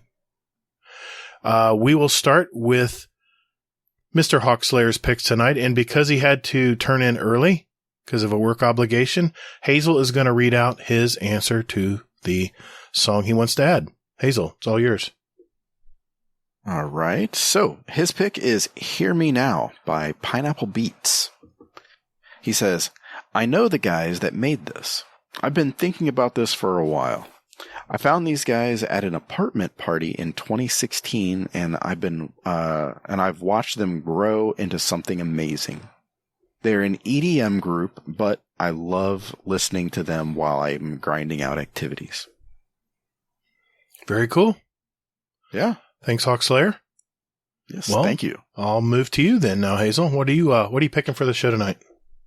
Okay. So I was driving around in my trips to Dayton, Ohio and back, and the radio station was playing this song. And I'm like, what the hell is this? One, and two, who the hell is this? So I heard Giovanni and the Hired Guns, and they played a song called Ramon Ayala. And it reminded me a lot of Hinder and like that early 2000s rock music with sort of like a little bit of a Latin flair to it. Oh, okay. So, I just absolutely have been I've fallen down a well. I've been listening to nothing but Giovanni and the Hired Guns for probably this whole week. So I can't recommend it enough. So check it out. Very nice. Okay. I actually found this off my Missio playlist. It's recommended songs that are like Missio, and I love Missio. This guy was born in Washington. He comes from an artistic family. He's multifaceted musician. He focused on his art since he was a child. He likes to experiment with different kinds of sounds. He has the ability to play different instruments too. In the past, he's been part of different bands, and all of this journey of music has allowed him to be a talented man that he is today. I gotta say, man, this is a fresh new sound. It's a new and upcomer in the EDM world. Speaking of EDM, my song pick is from his only album, which came out in 2018, named Era, E-R-A, and it's the song Devil's Den. He's produced several singles in 2019 as well, but this entire album is fire. I mean, I listened to the whole thing. It's really good. His name is D-Lyle, D-E-E-L-Y-L-E. Check him out. All right, Hazel. Announcements before we go tonight. What do you got, man? Okay. Scrims are out there. So feel free to sign up. The next one is going to be October 1st. I've been seeing some questions in the Discord about what the hell are scrims and things like this. Scrims are basically like a low stress. I say low stress, but we're going to make fun of each other. We're going to, do like how it works typically is ideally it's going to be low stress. We have a rating system that we use. Hopefully I'll use it better than I did last week. And what I'll do is we'll pair up everybody, and then pretty much it's you're on a 3-person team or 4-person team, depending on how many people show up. And then it's just like 3v3, player versus player. So it's PvP. And it's just, it's just fun. You're just trying new stuff. You're learning how to communicate. You're learning the maps. Depending on where you are and what you need, that's what scrims are there for. So, like myself, I know the maps pretty well, except for the new maps. The new maps are just a travesty and I hate them. But yeah, it's more of just, hanging out, talking trash in a good way. When the match is over, whoever wins, basically we all get together and, the one group. So basically both teams meet up in one channel and then they do a little debrief and they talk about, hey, you know what? It's, you sniped me and that was a good shot. Sometimes it's just asking flat out. I mean, this is what I did once was just, I asked people that were way better than myself, what can I do better? And they went through and diagnosed my build and said, oh, well, you're a hunter, so you need to spec into mobility more. Try to get this exotic and like this role, things like that. And I mean, it was just like super helpful. And I'll be damned if my PvP stuff hasn't gone up since doing scrims. Yeah. I've definitely seen improvement in a lot of players who didn't play a lot of PvP. And, exactly. I had people in my stream that night asking, what's this involved? What is this? And, it's real simple. There's a sign up, like a 100.io sign up that Hazel throws out. It's in our Discord and you join up and just make sure you're there on time. We'll get our teams together and Hazel sets it up the night of and we roll. And, think of it as, you've always seen those private matches in Crucible, but you really don't have a bunch of guys to get together and goof around in. That's kind of what we do. It's kind of a way we can all get together. It's like Hazel said, it's very low stress. And, I do stream it. Every time I do it, I will stream it live so you can actually see what's going on, what's it all about. But what I encourage everyone who joins to do is record your gameplay and record also the debriefs. And afterwards, if it's possible with whatever recording device you're using, whether you're on console or PC or whatever. I have a video that I just released. It was a passion video of mine because people have always asked me, hints about getting better at Crucible. It's called Crucible 101. And, it's what separates the top tier Crucible gods out there from the rest of us. And, so yeah, check that out if you want to learn more about getting better in the Crucible. And, I think it's a great thing. Hazel, we talked about it forever. And finally Hazel said, you know what? I can't wait around anymore. I want to start trying this out. And what have we been doing it for almost a year now, Hazel? Has it been a year yet? God, I don't know. It's hard to remember. Yeah, it's been crazy. But yeah, I mean, we've been doing this for a while and I mean, it's been fun to see the growth that some people have and that. So, it's a private match. There's no stats. Nothing's going to go against your stats in the game. It's all off the books. So you can just let your hair down, chill out, use some new guns you haven't tried yet. It's a place for you to just try anything or do the best you can. It's up to you. So yeah, exactly. You can run a meta loadout if you want. Whatever you want. Yeah. I mean, it's all for fun. Yeah. That's the main thing. And bragging rights to it. Sure, it's a little smack talk, but it's friendly smack talk. And I think the only rule was no duplicate exotics. Is that right, Hazel? Yeah, no duplicate exotics, and the only people you can teabag are basically Gator and myself. That's right. They have done it too. Anyway, thanks, Hazel. Yes, you have. Yes. I tell you, I was a little resistant at first, but I really have fun doing it. I really look forward to scrims now. So check it out. Sign up in our Discord. How are you resistant to scrims? Because it didn't. Oh, you're going to laugh. You're going to laugh. It's so typical of me. Because the bounties didn't count. The Crucible bounties didn't count. I feel like I was wasting time. But then once I got into it and started meeting all these different players and stuff, it was really eye-opening. I didn't tell you this, but Warcry and I one time were playing PvP, And we're competitive. We're not diehard. We're not crazy good players, but we can hang in there. We know a little bit what we're doing. And we had a group of people ask us if we wanted to scrim sometimes. I'm like, we didn't know what the hell they were talking about.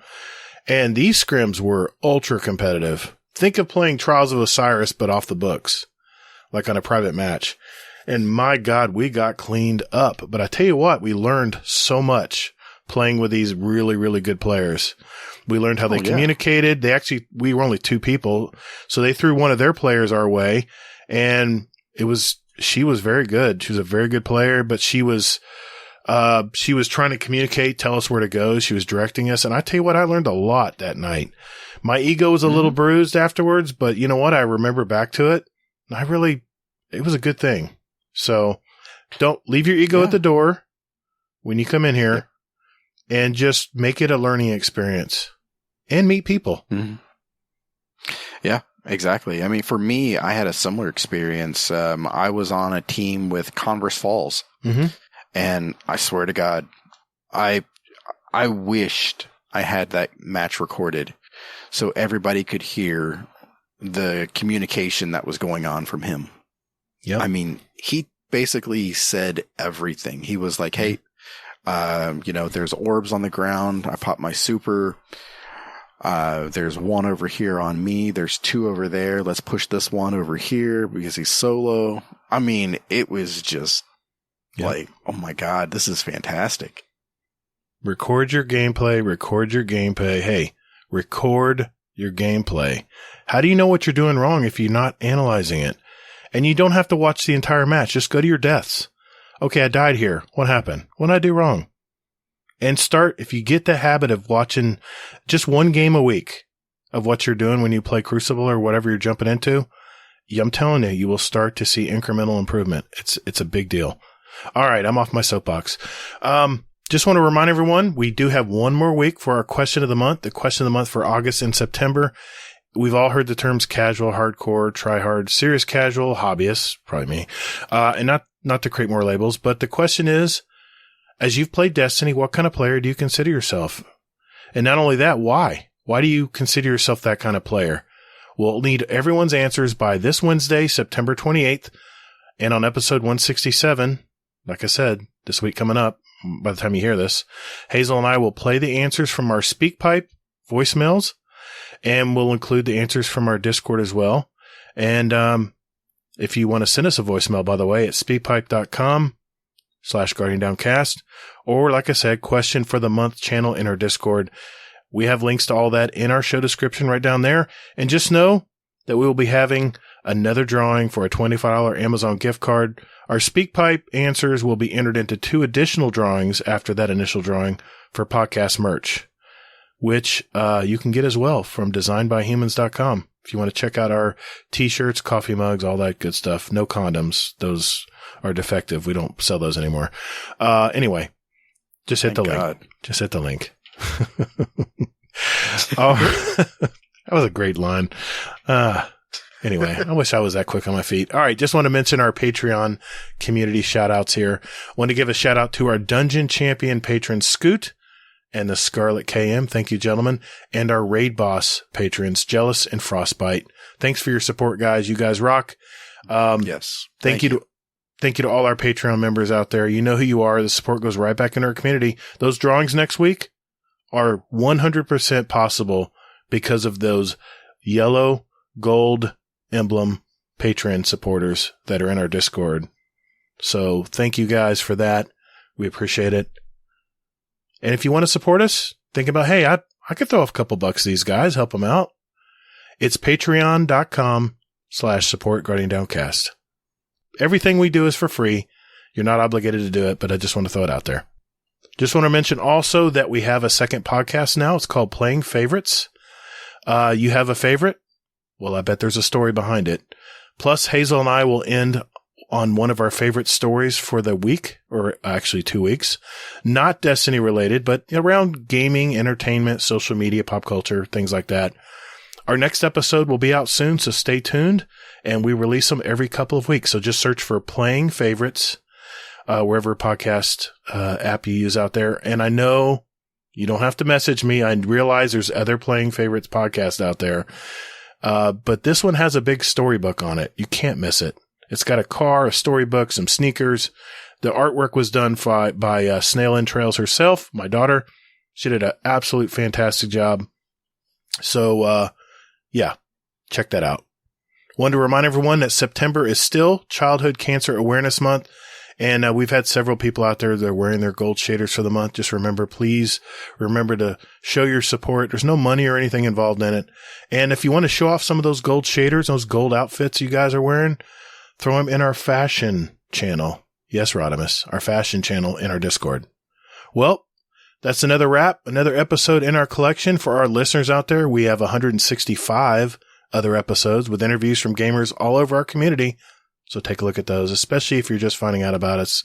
And if you like what you hear and you know someone out there who's playing Destiny or even getting back started up into it again, tell them about our show. Word of mouth is our main way we grow. And it's guardiandowncast.com. Hey, Hawks, man.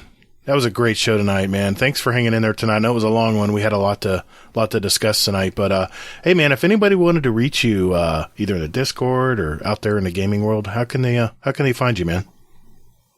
Well, I'm on Xbox, Discord. I'm not really on that much social media nowadays, but I'm in all the best Destiny 2 communities, aka Guardian Down, Two Titans and a Hunter, and Guardian Hub. For the record, he mentioned us first. Oh, no. Oh, now you're getting me in trouble. That Freudian slip. Oh, man. Go ahead. I'm sorry. But those are really the best places where you can reach me. I'm not really on Discord or Twitch. I have accounts on there, but I'm not active. Hazel, where can we find you, sir? Quick and easy. Hazel NT. Anywhere and everywhere except for Twitch, where I am the Hazel NT.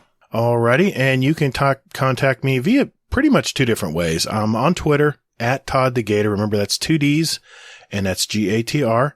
And my YouTube channel, Gator, capital GATR. Don't forget those underscores. Got a lot of new videos out for our new and returning players out there. I'm starting to get a little bit of a library pulled up now.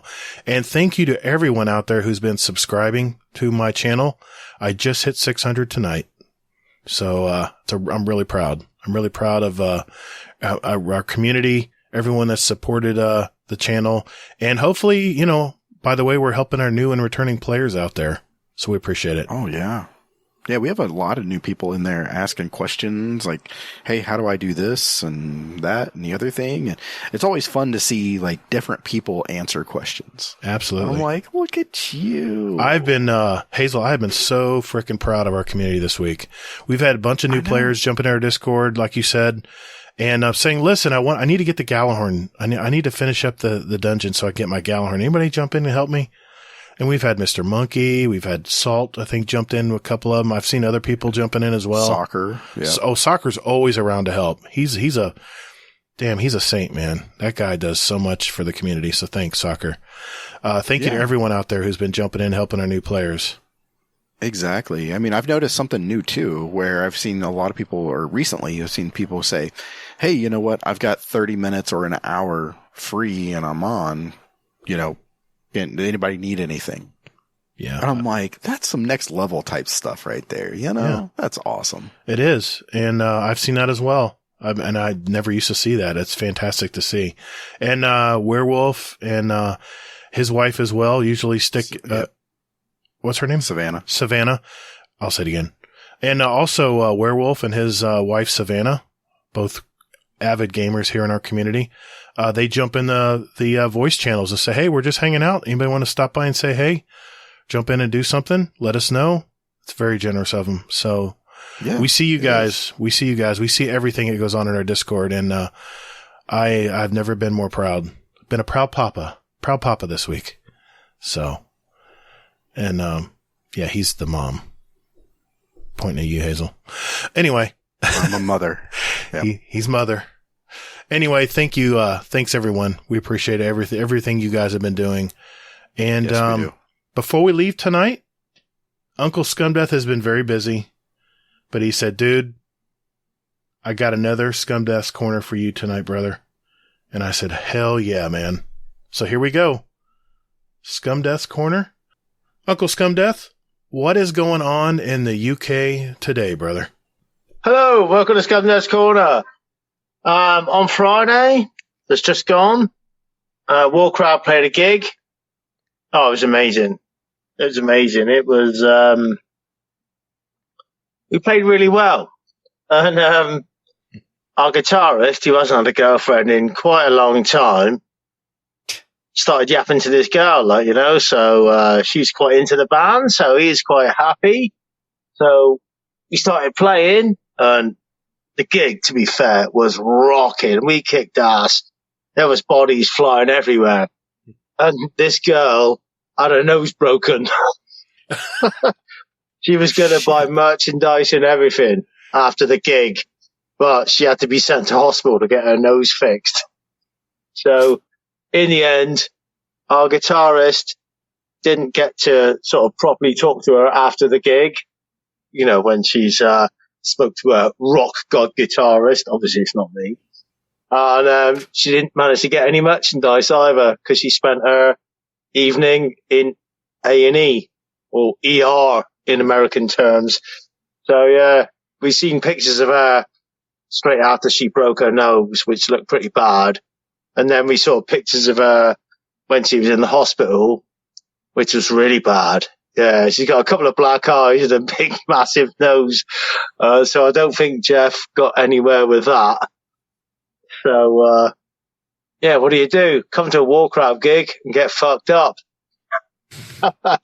So, we got a gig this Saturday coming up. And then we've got a gig the Sunday after, next Sunday. And then on the 6th of October, we are in the recording studio recording our 5th album. So I shall be sending you pictures, videos, and all that type of stuff. I haven't been on Discord much because the band is going haywire at the minute. We've had 3 gigs in 3 weeks, loads of practices. Obviously, we're in the studio on the 6th of October. So it's just been bedlam. I haven't been around. I've not been on Destiny or nothing really. So it's bedlam. So I'll speak to you in a week or two. I only had to, this is just a throw out Scum Death's Corner because it's just been mental. So I love you all, and I'll just sort of speak to you soon. I'll keep you informed. Love you all. Hey, guess what?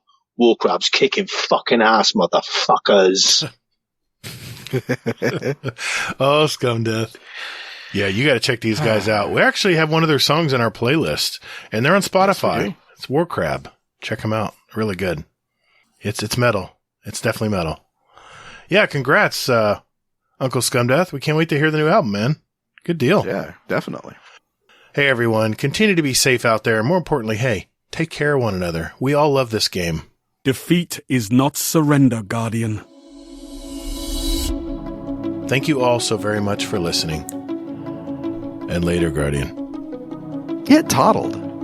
Good night and good afternoon, Guardians.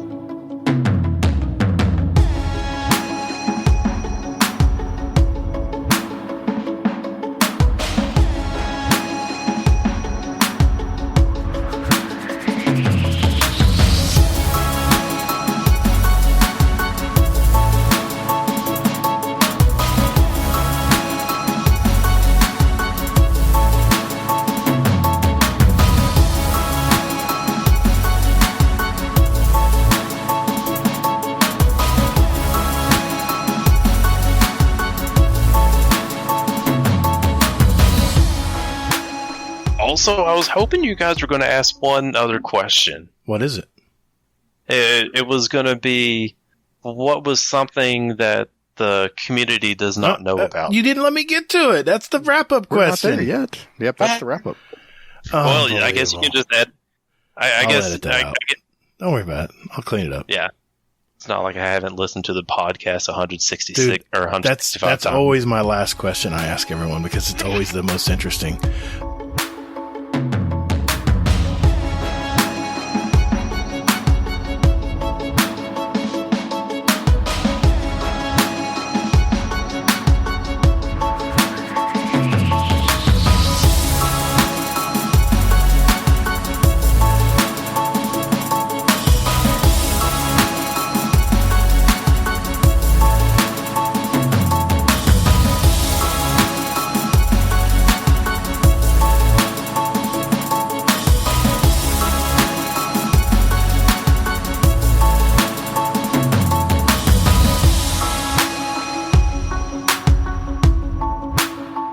Yeah. I mean, I don't know. But I do think you're right, Gator. I mean, I do have some elitist views that, the game should be, I mean... Can you say that closer to the mic, please? Oh, yeah. Yeah. I do have elitist views. 5%er. Pinky in the air.